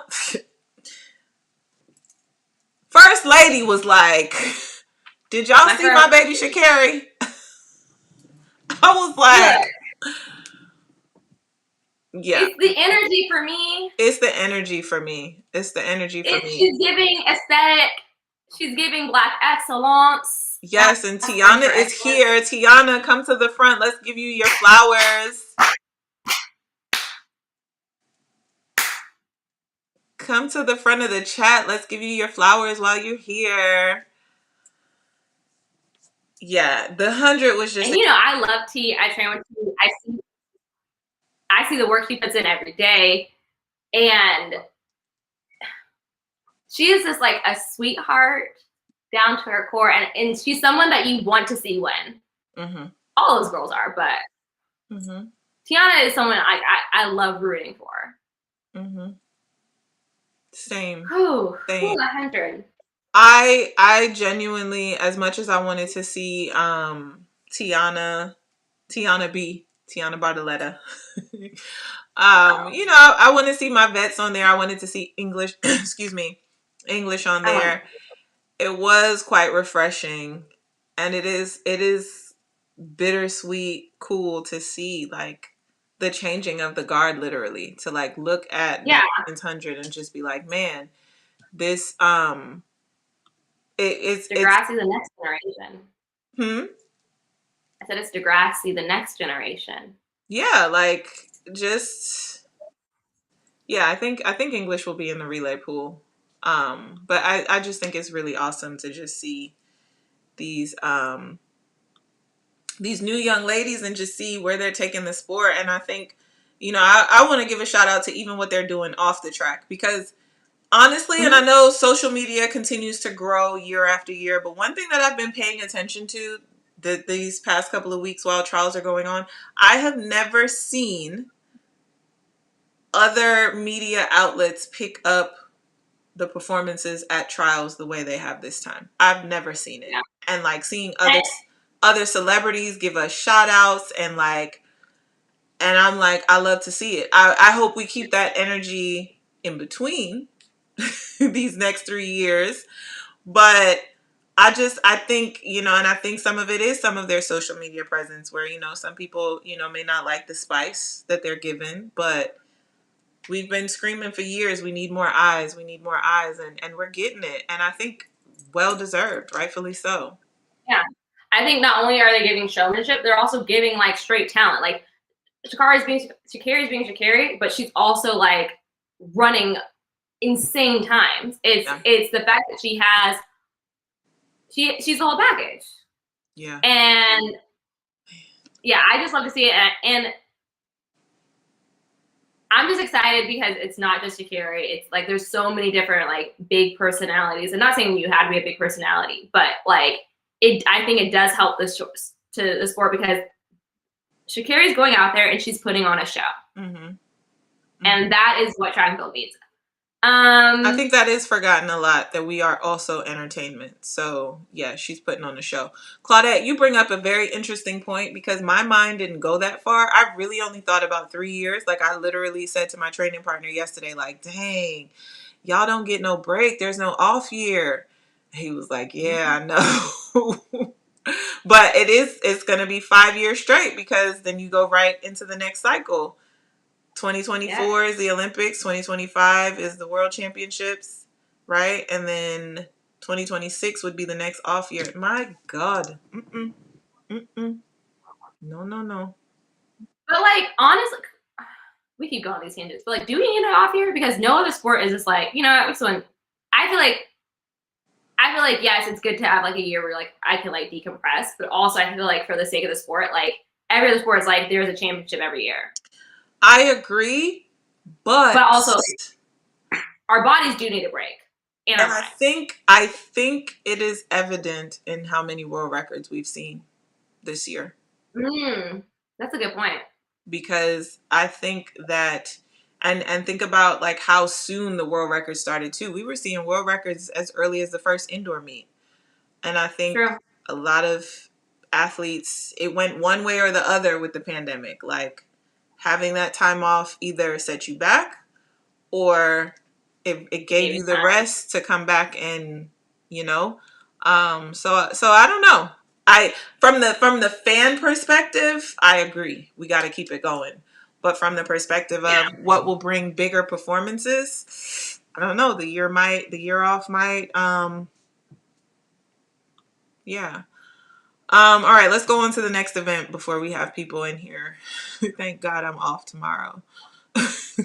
Uh, can we talk about can we talk I I feel have like we not talked about I this hold event. on, wait. Let me just put this out here. I have not retired. I have not retired. She told Court, y'all that she was huh? going to do the season out. I was saying that you said in the beginning of this live that you still have some meets coming up. Yeah, I still have some meets coming up and I will decide on next year. All right, what's the next event up? I don't know. Like, can we talk about the women's 800? Because that's like what I'm obsessed with. Well, I'm Let's just do so it. obsessed with one person today. But like, Shar and Friday. I think Moo who this decided means to that run the 800 by winning the women's yeah, 800 at the trials. She did not yeah, compete in the 400. So, yeah. Um, we were talking about this earlier. Give a thing her modeling contract. She was right giving now, ponytail and cheekbones and melanin, and it was great to see. right Uh, now, she walked out on that track in that pony, and I was like, where is the modeling contract? Okay. And she didn't even just come out with the long, it was like the warrior, like banded down. Oh, 40-inch hair came in the pack. I was like, Like she was getting bundles. where is her modeling contract? And then I'm gonna give Sonya her flowers, a thing of beauty. I was like, come on with the color commentating. Yes, she is. um, no, but all jokes aside, the 800 was a stressful race for me. Where are we telling? Because I was cheering on Chanel Price. My I do eye like was that. also on Raven. And I know that Raven is like always the late striker. So and she just stresses me out, period. Always stress me Um, out. a And thing you I know, was just kind of like, what is she gonna do? And then Ajay ran a race that I'm not used to seeing her run. I know Ajay goes out to the front and she commands the lead, yeah. and so she had to run back at the end too. That I was like, girl, don't play with my emotions like this. I But know you were if you going through it. saw Jake through the rounds, I feel like she was doing a really good job. It was like the last 50, she was closing in every single round. So she had me nervous because, you know, that's my best friend, go best friend, go. But I was like, I also know what my best friend is capable of. So I was like, I know she's gonna make this team. Mm-hmm.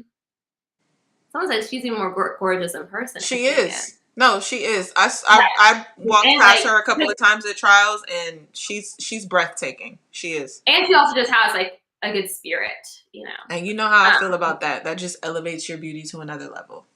I know. which is why she thinks I'm so wonderful.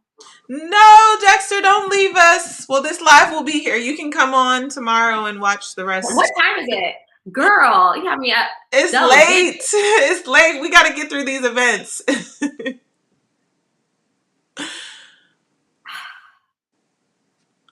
All right, okay, this is what I'm gonna do. I'm gonna go through the event, give my like 2 cents, just 2, so that we can wrap it up. All right. Men's 400 hurdles, Rye Benjamin, I feel like didn't even go out that hard. That record's coming down. Women 400, year of the mom, we know this. Also, Allison Felix says, y'all are running for a shoe company, ghetto. I run for myself. The men's shot put, I'm very proud of Rye for getting that world record. He was throwing that thing. Javon Harrison doing the double, which is like the first time. Hasn't been done in over 100 years. Long jump. Absolutely amazing. Absolutely amazing. The women's 200, y'all really said it's 21 all day out here. I got to stop you here, because imagine running 21 seconds and you're not going to the Olympics. Imagine running 21 seconds and you're staying home. Like, they're not playing. Make that make sense to me. Make that make sense to me. 8th place in that race was 22.4. I don't even know if FloJo's race was that fast. I don't even know if FloJo's race was that fast. All right, carry on. The men's 110 hurdles. I feel like Grant Holiday running that semi by himself. Like, that record's coming down. If he has someone to go with him in, it's gonna be crazy.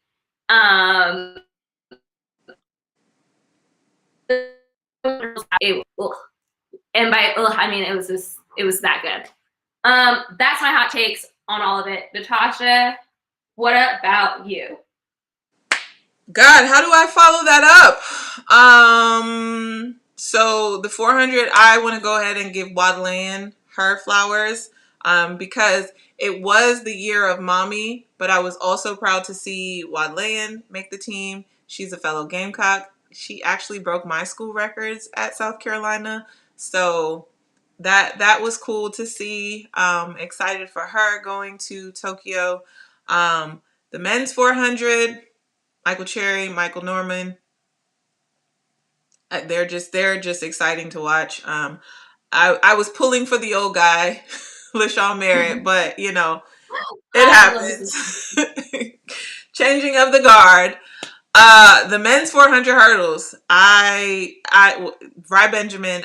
He's just the most exciting guy to me to watch right now. I just love seeing him race. I think Joanna's doing an amazing job with him. When he came off that final hurdle, I was looking at the clock and I was like, ooh, I didn't know I had this coach's eye, but I was like, he's about to run 46. There were a couple of races, both the 400 hurdles. That's not true. Huh?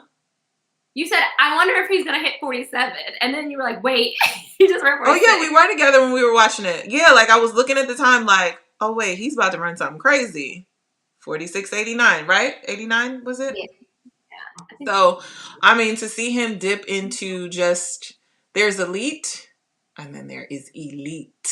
There's like phenom. Yes, phenom. There's legendary. Like that was just exciting to watch. What else here is on my list?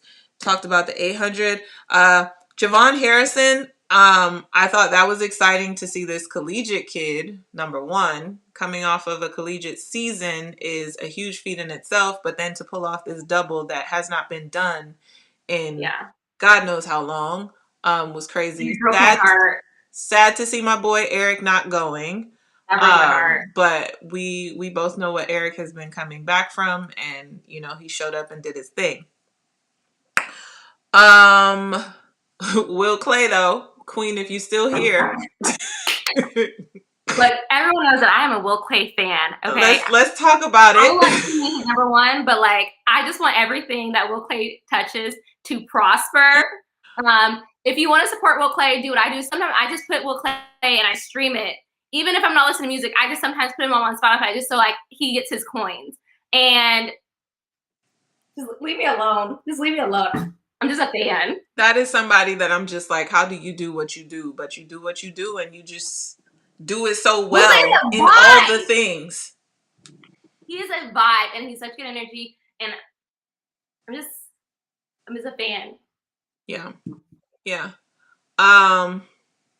Thank you. Don't forget Grant Holloway. This was exciting to watch. His semi was more exciting than the final. However, he did what you're supposed to do. His semi said, I'm here. His final said, I'm going to make this team. Okay. Yeah. It was also exciting to see Devin Allen in there. And I think it was a collegiate kid that came in third. That was D-Rob, my child. Daniel Roberts. Yeah, so that was exciting. Again, some young faces, not necessarily new faces, but young faces, changing of the guard happening there. Men's 800, we didn't talk about that. That was probably the upset of the meet, right? It broke my heart, but like I loved his interview after, because he was like, he didn't give any excuses. He was just like, hey, 7 guys are better than me today. But the fact that he said, I still feel like the man, I still feel like I'm the best in the world 800. I'm like, you know what? Even when you down, you up. And I like that. What I didn't appreciate, though, and I hate to make this comparison, but I have to, I always go to, if this was a woman, would this be received this way? But I'm gonna move on. All right. So my favorite race, Corey, your race. That 400 hurdles. Look, every year it gets stupider and stupider what we do out here. And I'm gonna say, for a while it was the 400. For a while it was like my event was like crazy competitive, crazy like do or die. But your event right now, let me just say, I was pulling for Dalila, still am. I knew Sydney was ready to do something crazy. She looked the easiest, hands down, through the rounds. My pick was Sydney, Dalila, Shamir. Happy I definitely thought Shamir was going to make the team. For baby Jenny. Anna Cockrell went in there and ran the race of her life. PB got herself a spot on the team. Shamir, unfortunately, is hook the hurdle the correct terminology? Yeah, she has a right lead leg, so sometimes she can go around the hurdle, and like if you, especially on the turn, if you're not going over your trail properly, like you're gonna slam into that thing. And unfortunately, it usually happens at the end of the race because you're tired. So the more tired you are, the worse your technique gets. Yeah, she went in to like make a move to come down that straightaway with Sydney, and it visibly threw her off. What's crazy is she was still in third, but Anna came back and passed her after hurdle 10. Yeah. Sydney came off that last hurdle and had a surge that I was just like, "Ooh, girl!" It was so smooth too. Very smooth. I predict that the world record is going to go down again in Tokyo. For sure. I don't know what order. And I say that because the last time Dalila got beat by Sydney, she went to work and broke the world record. And I also say that because Dalila, honestly, the 51.9 blew my mind. Yeah. Blew my mind. Sure. I was like, I was jumping out of my skin, almost chopped my head off on my fan. Like I was jumping up and down like that, right? But Dalila's 52.4 has me like, this girl had COVID. This girl had a hamstring injury. Couldn't train properly How to move. Came to the trials, ran through 3 rounds, and still ran 52.4. She's got about 4 weeks to train before Tokyo. I don't know. I'm not counting Dalila out of that gold medal and getting the world record back. I'm not. And if there's a race that I'm excited to see in Tokyo, it is that women's 400 hurdles. And I think Dalila is one of the most poised athletes on the track. Like And she then has like, the one who doesn't get her flowers, like, because and who also needs a modeling contract. Like I just need a little on Fashion Week. Like she's doing skims. She got skims.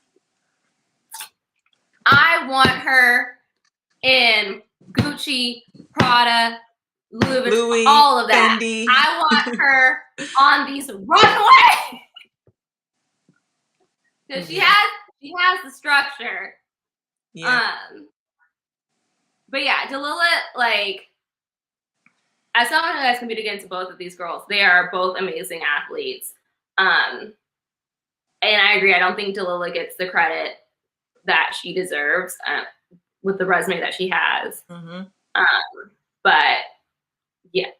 Oh shoot, we're at 120. Come on, guys. Thank you. But yeah, I think this race is gonna go crazy, and I'm kind of jealous that I'm not in it because I love being in fast races because I love running against women when they're at the top of their game because it brings out the best in me. You. Yep. Like I've always been the type of person like I want you to know that you did all that you could, and yet still couldn't beat me. Like I don't want it to be like, oh, she had a little hamstring. No, like I want to go toe to toe with you and see who comes out on top. But Shrine Friday, what is the impact of not having experienced and seasoned track athletes with the newbies going to Tokyo? The impact is the inexperience gains experience, and that is something that's always used against the newbies, but the only way to get experience is to get experience.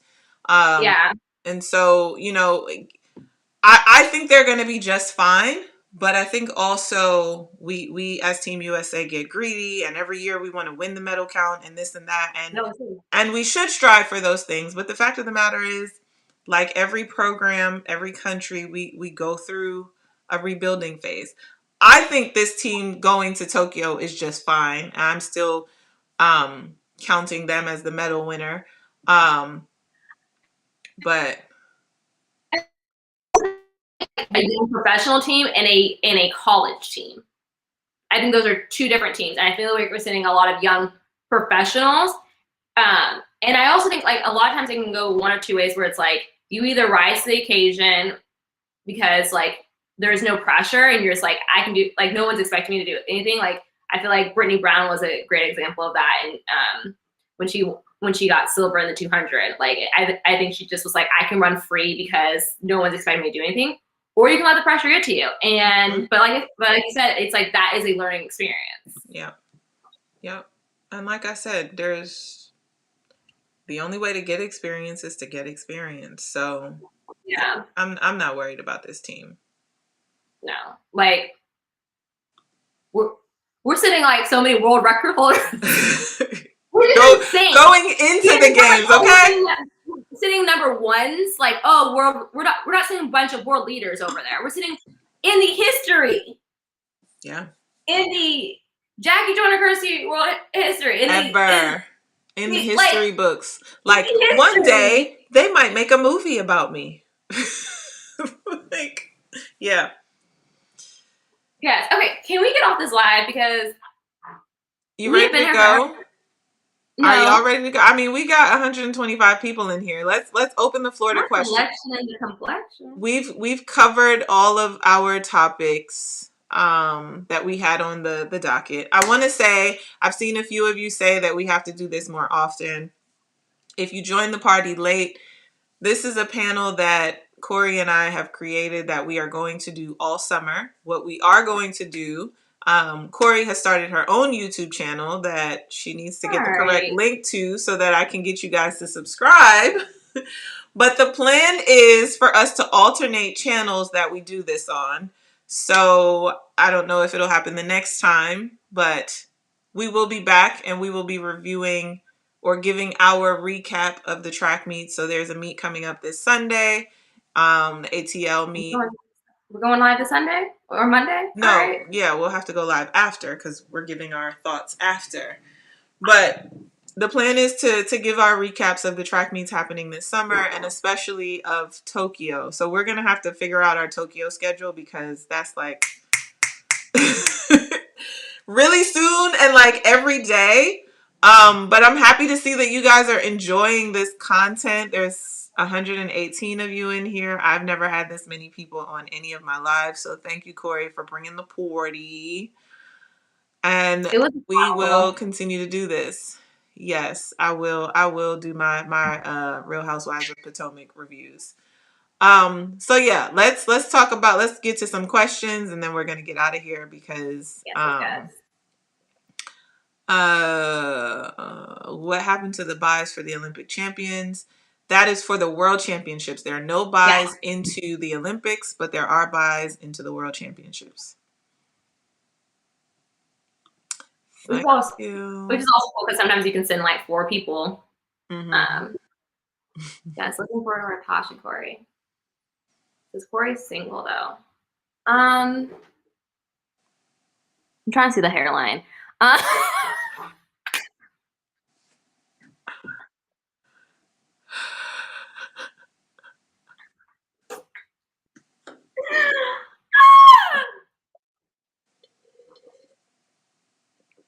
Oh, this is a good question. I'm assuming that you're talking about Fred. Um, it could have been Fred is not that economic good. Let me tell you something.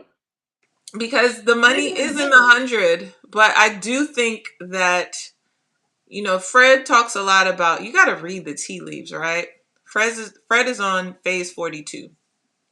And the thing about track is I know we're going to. I know we're going. Go ahead. this this season builds on next season. If done correctly, this season builds on next season. So Fred got down to 9.8 this year. He got down to 19.9. I guarantee you he's going to go back to the 400, and these PBs this year is going to help him get to that phase 42. So it might have been a little bit economic because, yes, there is more money in the 100. But I think Fred is thinking about a bigger picture that I don't think most people, I think most people just took it as, okay, he's going down to the 100. But I see where Fred is going. I feel like Allison Corey, your internet is is because driving of me her PR in the 200. crazy. Look! Listen up! Pay attention. Can you hear me now? We hear you now. You said I swear Allison. I I'm changed the assuming that light. you were going to say that Allison is an example of like having that speed and transferring it over to the 400. Yes, because she's so. I feel like Allison's so deadly in the 4 because of how much speed she has in the 2. So like, if I'm running the 4 and my coach says like, hey, you need to get out in 24, I'm like, well, that's pretty That's close a to my PR. cakewalk. Like, Yeah. you know, like but if you tell Allison to go out in 23 and like she's like, well, that's like 80% for me if Right. I'm running, like, and so she not only can she get to the 200 mark before you, she's not expending as much energy as you to hit that time. Exactly. So she's able to come home stronger. So with Fred, if you can get that foot speed up, and it's like, oh, it's nothing for me to come through right in 20 point.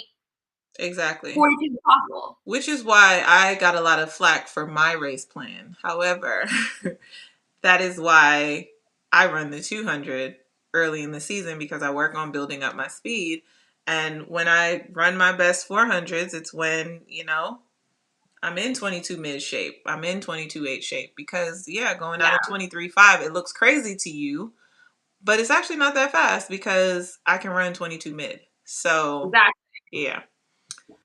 Boss.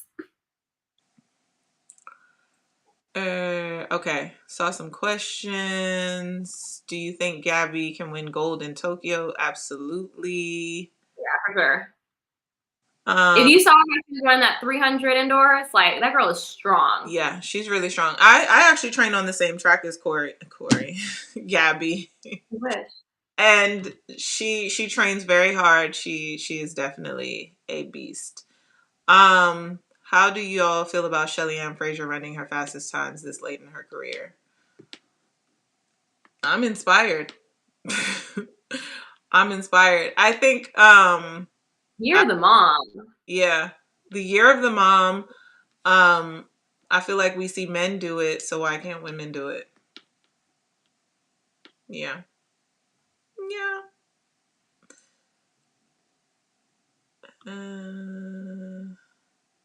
That's a low key wish. Gabby says she barely feels lactic. I believe it. I believe it. I've seen her do some workouts that I'm like, ooh, chow. Um, which athletes are dating? I don't know. Let me give you the tea. Y'all want to come here and spill tea. Y'all don't want to talk about track. Well, we got Christina Manny. They ain't date. I mean, I guess you date your husband. Yeah. Yeah, Christina and Kyle, Queen. Who else are these track couples?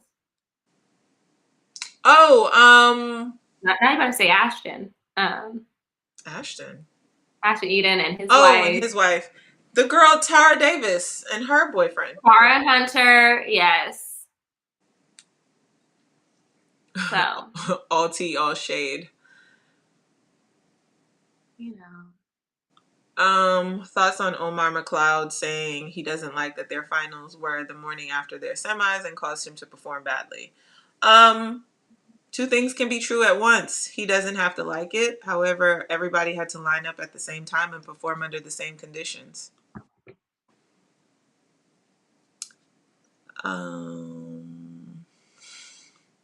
Corey, I hate you. I wouldn't know. I'm not an Olympian. Natasha, does it go down in the Olympic Village? It goes down. In the Olympic Village and the DMs. You heard it first. Natasha. It goes down. I've never gone down, but it goes down. And you'd be surprised at who it goes down with. But I ain't gonna spill that tea. I'm gonna keep that in the village. I'm gonna keep. You're gonna spill it after. I'll tell you off the line, but thank you. What I will say is the youngest members of the team who do the most getting down. I'm gonna say something. I was almost saying something else, but I didn't. And I didn't. That is called discretion. Mike Larry, you missed it. We talked about this. Oh no, we didn't. Did we? We didn't really talk about. I think we talked about the men's 100 hurdles. Yeah, and actually, I meant to ask you because I saw a comment. Did you notice that they were advancing an additional person in the women's 100 hurdles? So I guess there were 9. What? They used, yeah, I guess they did 9 because, Brianna's under protest. Oh, yeah. Oh, that makes sense. That makes sense then. Yeah. I didn't notice that, but that would, as Corey said, that does make sense. Yeah. Kenny did what she came to do. Kenny, missed it last time and then went on to break the world record. And then people were up in arms like, how do you leave the world's best 100 hurdler home? Because we're the world's greatest team. And she didn't do what she had to do on the day that she had to do it. And then the girls went to the Olympics and swept that hoe. But can I also do something? Not only did we leave the world record holder, in 2016, we also left the world lead. That was Jasmine Stowers at the time. We also left the reigning gold medalist, Dawn Harper Nelson. Oh. And we still swept, which is why I'm trying to tell y'all the women's hurdles is. But yeah, I'm actually very proud of Kenny. I feel like she is someone with a great talent, and she has had to make it happen when it counts, and I think a lot of people don't realize the amount of pressure and anxiety that you get when you compete, especially at these world stages, especially when you're expected to do well. And especially in an event where a lot of times if you are, one of the top girls in a lot of events, it's like, okay, I gotta worry about 1 or 2 girls, Mm-hmm. They might be able to make a move on me and someone might sneak in. In the 100 hurdles, you have to worry about lanes 1 through 9. On any day, it could be anyone's day. Mm-hmm. So yeah, to see her triumph and overcome something that I feel like has been just kind of this monkey on her back. I think it's really inspiring to see she fell down, but she kept getting back up and mm-hmm. And shout out to Coach Flo for Coach Flo got a lot of people on this team. I'm trying to tell you about something about my coach. Oh yeah. But wait, before we go there, I want to give Christina a shout out for her Cool Ranch earring. She got the Cool Ranch bag. I like um, it. yeah, but so who else he's got? Tiana, Kenny, Jenna, Jenna, Tara, Tara. Stefan. He's also got a couple athletes on the Jamaican team. He has a person on the Jamaican team, and Jonathan's on the Trinidad team. So he's got 7 people going to the Olympics. Okay, okay, okay. I feel like I'm also forgetting someone, but shouldn't Some people have. forget that just because you're fast another day don't mean you fast on the day. If you can't mentally Yes. make it to qualify, then in the Olympic finals, you're probably not going to perform like others. To be honest, though, that's not 100% true because, quite frankly, the Olympic trials, the U.S. Olympic trials, is actually harder than the actual Olympic Games. But we're going to talk about that another day. She got the Cool Ranch bag. I need Christina to get the Doritos bag. Listen, agreed. I You saw know, one of my that, favorite and that was my things. first thought, honestly. Like, this is cute and all, but let me get that bag, okay? My favorite thing is seeing Black women get money. I love to see it. Love to see it. I love to see it. Oh, Benjamin said, Flo knows. Hashtag gang gang. Okay, they want our relay picks. I don't remember. I don't see where the question was. I don't know. Put them all in a bag, mix it up, throw it out there. We gonna get the goal. Like, Yeah. let everyone run around because it don't. Yeah. Honestly, I don't want to be that relay coach. let me tell you something. That relay coach is going to be the most hated person because there's so much talent to choose from that You somebody's put a bound to relay. be No mad. shade, no tea. This is not even shade or tea. This is just talking about the depth and the talent. Mm-hmm. You could put together a team without any 400 girl on it, and I think we could get a gold. I know we could get the gold. Probably get really close to the world record too. You could put a thing. You could put Sydney. You could put Delila. You could put Anna or Gabby. Quinera. So I would bet the house on Tuesday. Mm-hmm. Mm-hmm. Ooh, I want to talk about this. I want to talk about this because I did not know about this until you guys brought it to my attention. And I went to the Olympic trials. Let me tell y'all how deep this is. I got to the Olympic trials. Oh, okay, wait, let me read the question. I'm getting ahead of myself. So the real question is, do these other shoe brands need to step their innovation up, or should Nike have to hold off at moving the sport forward with innovation? So I have 2 thoughts on this, right? What are we doing if technology... Oh, my blanket fell. Listen, I'm home alone. I'm like, wait, hold on. Who's in here with me? um, Like who? What are we doing if technology is now making this generation of athletes so much faster, right? Like, are we encroaching in this doping? Like, are we moving into that territory? But also, this thing is so deep that I got to the Olympic trials and learned that some of my Under Armour teammates chose to terminate or pause their contracts in order to wear these shoes because Under Armour does not have the technology yet. And I was torn about it because I'm an athlete first, but as an entrepreneur, I think about business. And when I heard that Under Armour was like, we don't have the technology, we understand what you want to do, I was like, but also, is this good for business? But also, is this really fair? Like, because as the athlete that doesn't have that technology, How do you feel about lining up next to somebody that has that technology, that has that advantage? Okay. If I was one of the athletes who did not have that, I'm one of the athletes that didn't have the technology. Okay.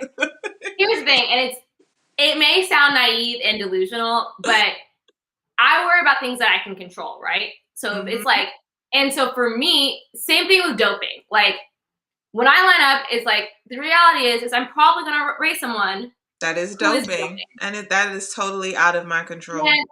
And that's out of my control. If I don't have access to technology, and so for me, I always am like, okay, beat them anyways. Figure out a way to beat them anyways. Do it clean. Do whatever. And I'm not saying that's right. I'm saying this is how I would approach it in order to give myself a sense of sanity and to walk onto the track confident. Because I'm not going to sit there and be like, well, I already lost this race because I don't have this shoe. Am I saying that that's right overall? No. I'm just saying mentally, that's how I'm approaching things. Because if it's my motto in life is fix it or F it. Like, if I can't fix this problem, then I don't worry about it. Yeah. And that's essentially the attitude that you got to have. Yeah. But two things can exist in one. Two things can exist in one. You got to have that mentality and that attitude. But yeah, does your competitor have an advantage over you with that? Probably.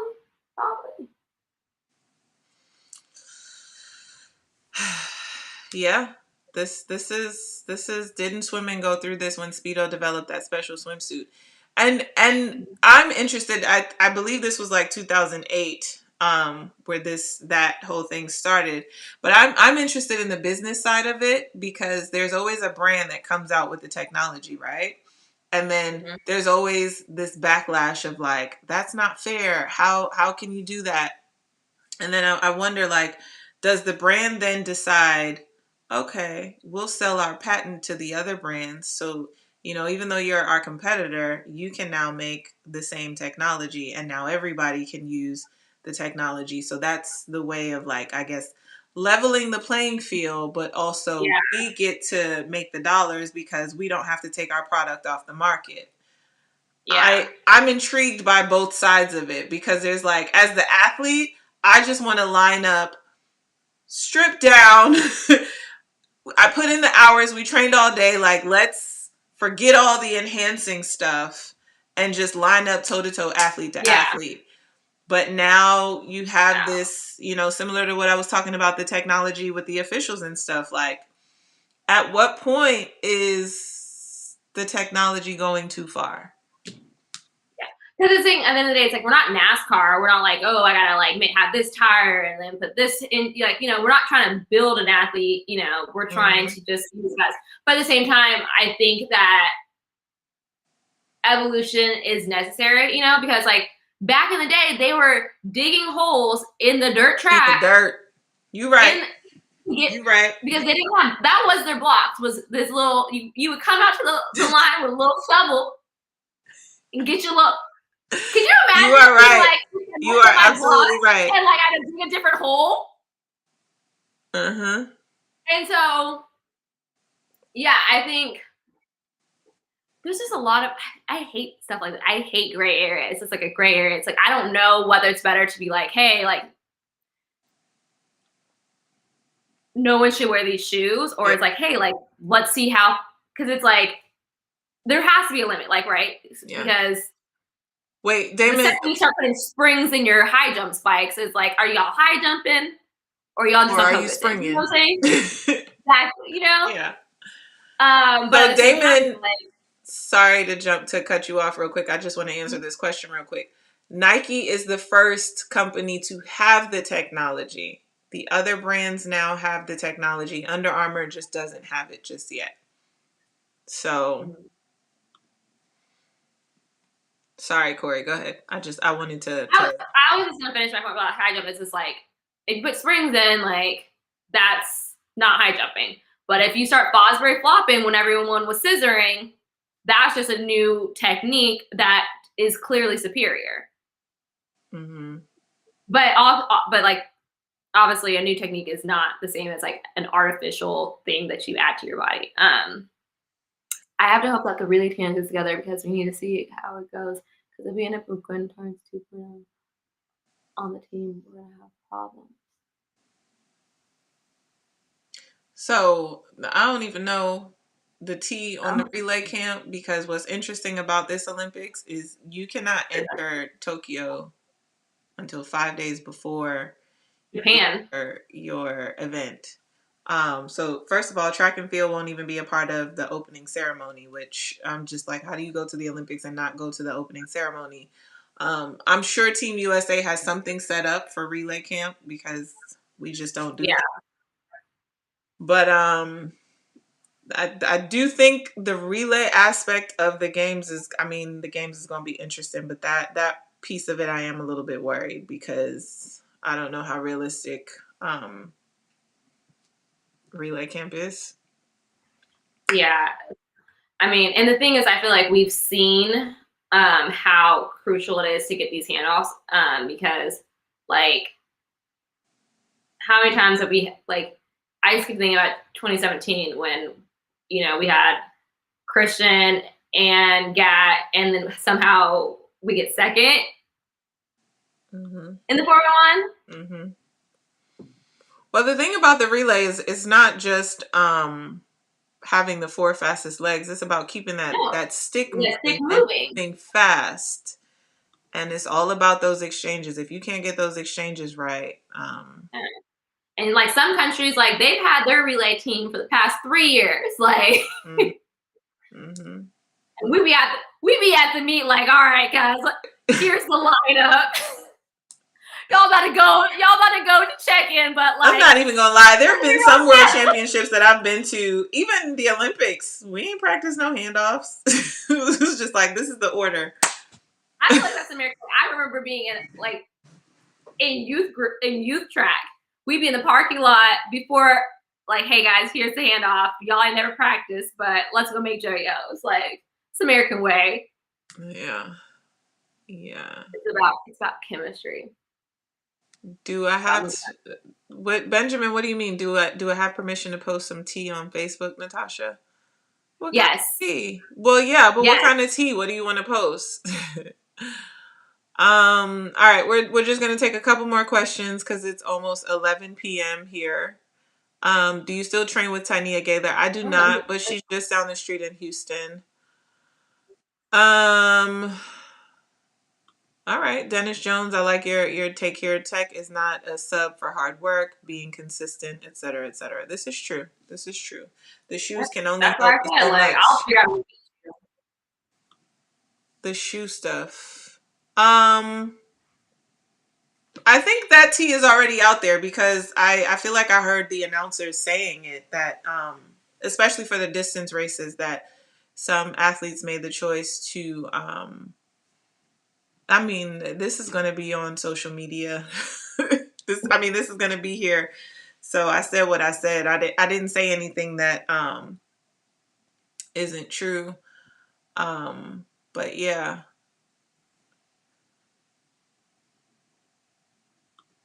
Yeah, if Tokyo cancels this late, then there's no alternative. I don't think they'll cancel. At this point, I don't think they can cancel. Like, yeah. I feel like their country would go into a Tokyo left in ruin. Yeah. Yeah, I feel like either it's like two things. Like, it's like their mental facilities are at a brink. So if there is an outbreak at the Olympics, their country is going to have a huge problem. But if they pull out the Olympics, their country's going to have a huge economic problem. Like, they're just kind of screwed either way if there is an outbreak at the Olympics.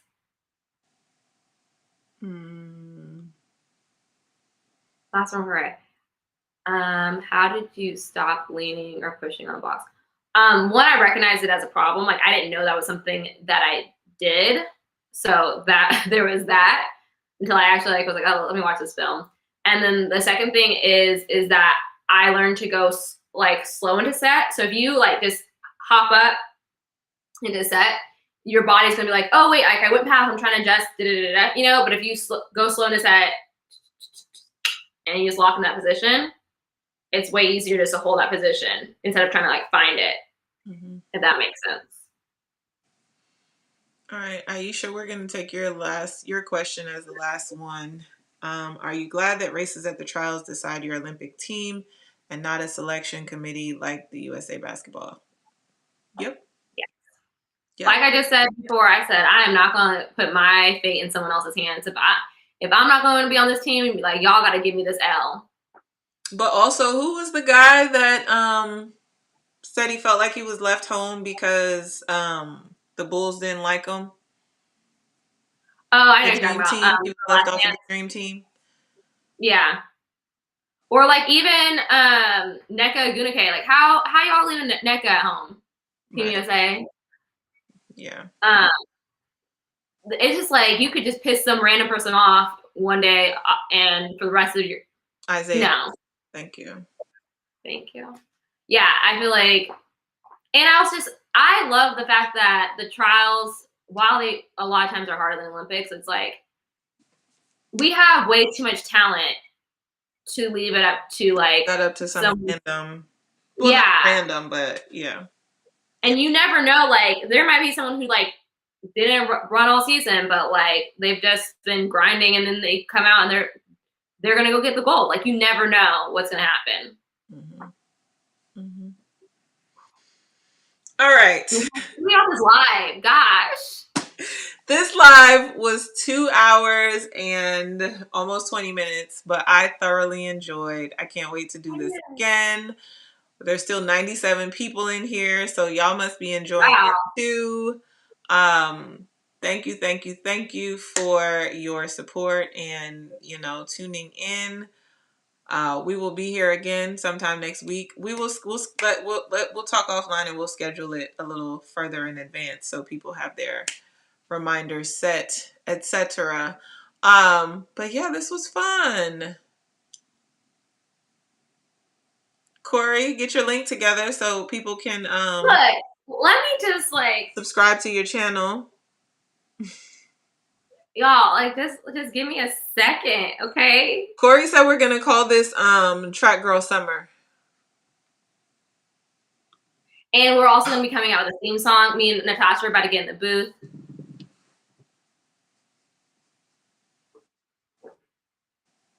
I feel like this is a different picture. Did I come for 2 different men's hairlines?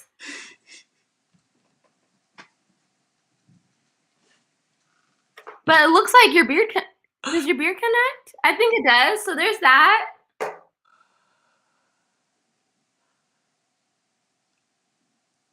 Benjamin said he changed it!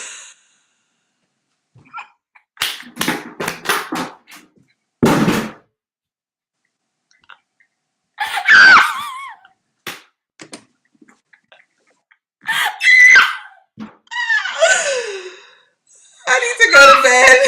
Look, I can change. I need to go to bed. Tyler, leave me alone.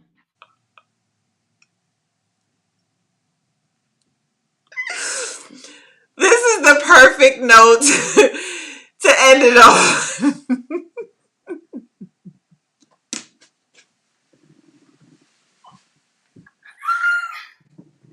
I can't breathe.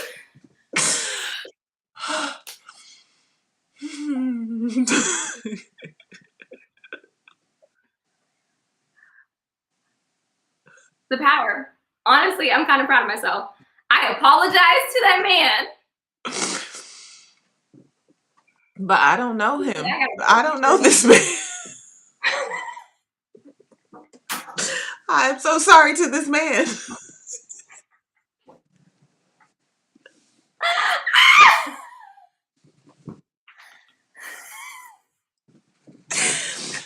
In this dancery. Damon, listen. We love you, and I hope you know that this is all love.